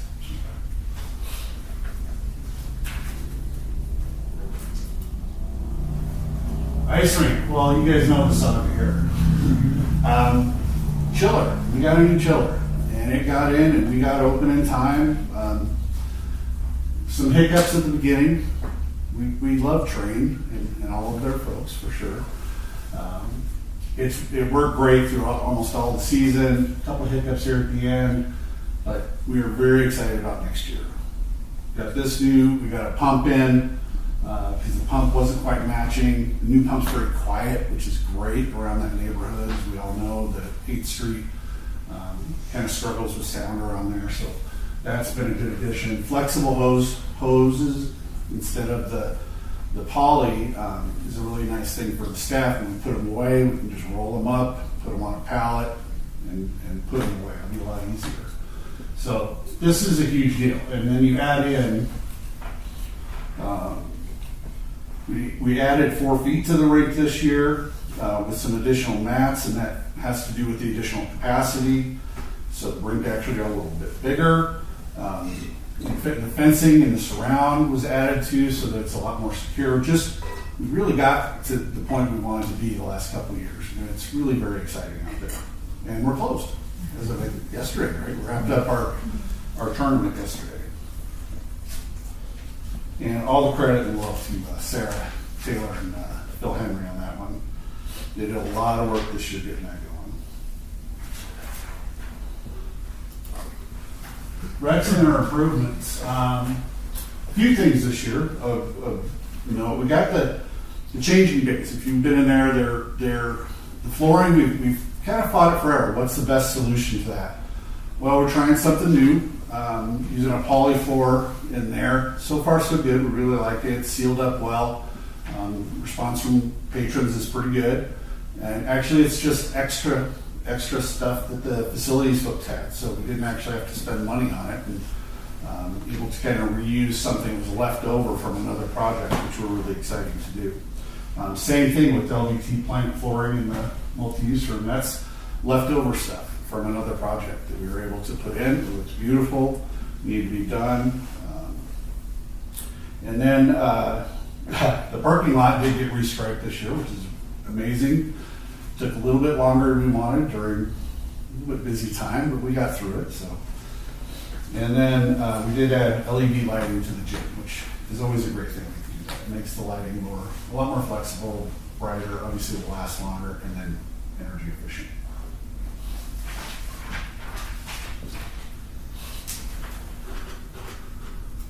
Union has been talked about a ton, and my biggest point here is to point out that the teamwork that has happened with Union, with the Rangers and Parks Maintenance folks and ourselves is amazing. It is really culminated in the last 2 years. On top of it being busy, the busiest it's ever been out there by wide margins. The revenues keep going up, the usage keeps going up. It's part of that is because we're able to work together to allow more folks in. We're working on lines. We're getting better at that. Just really all credit to the team on this one. And I wanted to point that out because it's a culmination of a couple years things. It's not just this last year. But really proud of my guys and love working with these guys. And it's just something we look forward to now, year to year. Excited to get that open again. Well, it's open, but swim beach.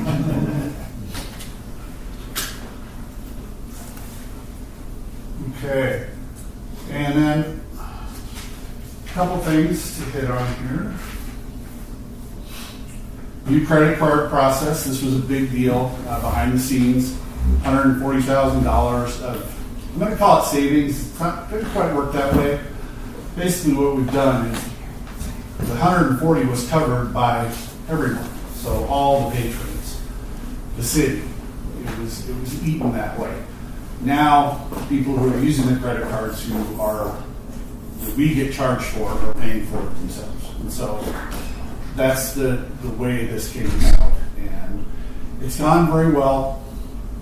Yes, there's some grumbling, of course, and we all understand that. But it is something that needed to happen. And overall, it's gone very smooth. And everybody's understanding. You realize that people out in the world, if you use a credit card, it's a good chance that's going to come up. The transition has been great, though. Very smooth. Excuse me, I'm coming off a cold. I should be coughing on that. And then revenue, I'll leave golf. That's golf board. But Recreation did reach its highest ever revenue at $4,435,000. It was a 4% increase over 2023, which was good. But that we lost 3 major events, either canceled or severely disrupted by weather, including Turkey Trot and Rhythm at Roosevelt was severely depleted because of rain. Those are big revenue producers for us. So we would have really gotten very close to 4.5 here if we had a normal season for that stuff. So, and I'll add on to that we're very excited about this year. First couple months are good. You guys have that in your packet. And then one other thing I want to make sure I mention is we did complete you guys saw our master plan update. So that is done at this point. We're going through the process of making sure that we're acknowledging that, utilizing some of the strategies and goals within it as we formulate how we move forward in the future. And one more.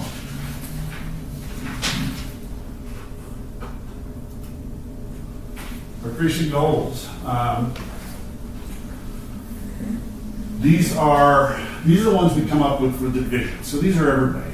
Each service area, like we've got multiple service areas. We've got athletics. We've got general programs. We've got therapeutic recreation, aquatics, of course. They all have their own goals, and we're not going to get into all of those. But for us, marketing is something we're not great at, but we're working on it. And we've got a really good team with the city that we've been working well with. So we're seeing some advances in that. So get us out there, share our story a little bit better. Brochure is one thing, everybody loves it, but beyond that, trying to take that next step. Safety plans is so important to us for all the people that we serve, the 1 million+ people that we touch in a year. We want to make sure they're safe, we're safe, our facilities are safe. So going through and reviewing our EAPs is something we've been working on. We're going to try to get some finalized this year. And then we do an emergency training at the rec center every April. We're going to do it again this April. That we'll get over 100 staff members to. We do multiple stations. People really enjoy it. We get a lot out of it. Focused customer service, it's huge to us. People can choose to come see us or not. So making sure that we get a couple trainings. Budget's very light for that. So we've done, our last one we did some TED Talk trainings and then discussion on those. Actually really successful for zero cost except to pay folks to be there. So we'll probably do something along those lines again this year.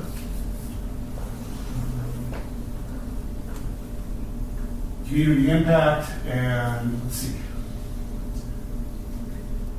Yeah, so this has to do with our metrics and things we're working on for this year. So last year we kind of established a good baseline for a lot of the major things, and you guys saw that. You'll see this year's report coming out the next time we don't have the land swap thing.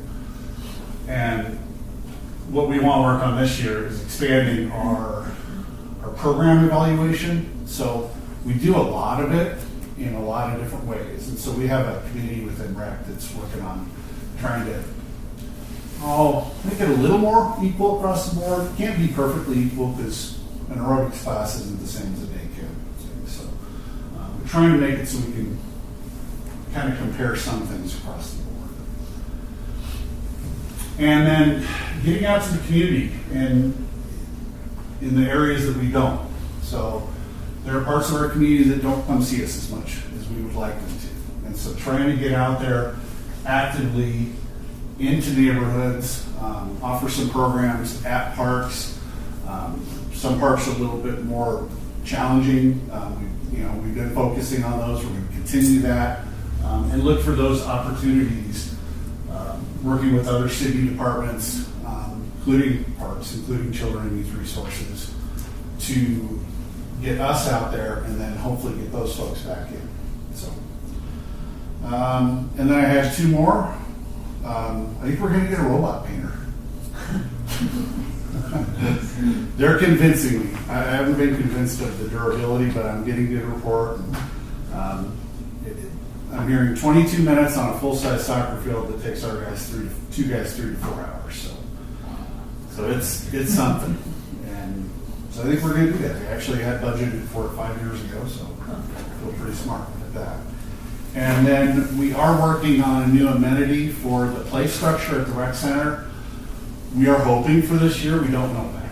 This is one. We've got a couple other things we're working on that we really have to make sure that they get done. But we'd love to see if we can get that in August. That'll be a huge impact. That's going to be that tall structure, replace that entirely. We've got a few different things around it too that we're going to do that will really just renew that area and make it new and fun for kids again. So they're really excited about that. Is that the swimming pool then? Yeah, at the rec center, the main leisure area. That's all I've got. Any questions about our stuff? It's getting late. Thank you. All right, so before we move on to the other items on the agenda, I just wanted to again say, if I don't get it out, how much I appreciate the time and effort that goes into these presentations. Yes. This may be my favorite agenda topic of the year, every year. So I'd love to see this and I'd love to hear you all firsthand to speak about what you've been working on. And I really see like the energy and like the passion that you put through that. And I just, I love that. It really makes me feel like I'm in a great community to be in. Okay, thank you all again. All right, we're going to move on to the next agenda item, which is discussing items from the packet updates. Are there any items you want to raise in the packet updates? Who wants to keep us here? I keep them later. I'm just kidding. I forgot about Sam. Sorry, Sam. If you're still with us. Yeah.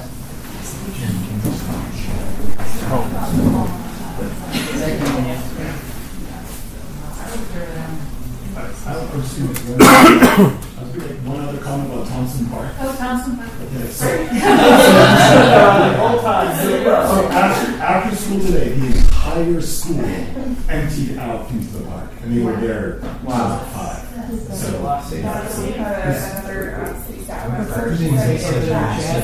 there's 400 kids at Thompson today after school. Her kids go to Central, and I thought, 400. That's funny, but it sounds like there was more. I talked to the dog. It needs a lot of we want to take over the whole park. I love that. That's amazing. and that's all in the way.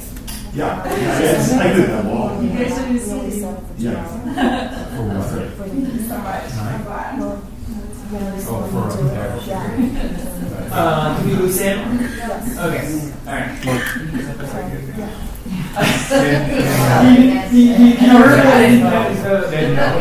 All right, let's move on. Items from staff. I think you heard All right, items from the board. I have something. Yes. So I mentioned this, I think, to a couple folks independently. I would be interested in coordinating some visit to the Distal Toll properties. There's a couple other members that were interested as well. Safety and access is a bit of an issue, I know, out there, but we also can't do it at the same time because of the meeting stuff. So I would just ask if staff is interested. Some of us, I think, we just swing by on our own, but if we could work on maybe choosing a day or doing something staggered or. I would be happy. I would put myself out there if people want to contact me, and I can then coordinate one or two, or see if staff could do that too. But again, we really can't go out to the properties, but there's places we can get off the road enough and look at them. I think that if people like to do that in ones or twos. Jeff, are you okay with that? I can just be that contact, and maybe Jim and me. But we'll make sure that we follow the guidelines, the rules, and we'll get you out there.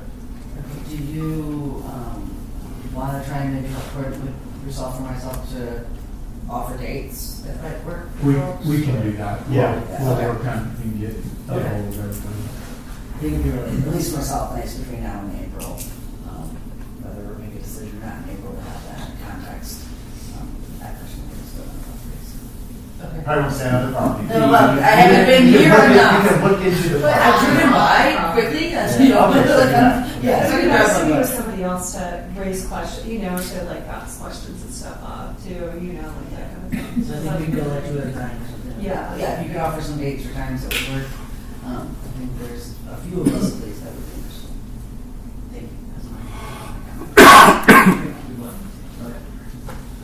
Any other items from the board that you want to raise? Okay.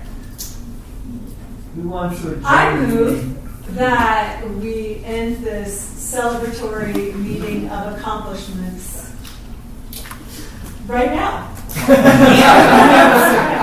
On that motion, okay. All those in favor, we're adjourned. All right.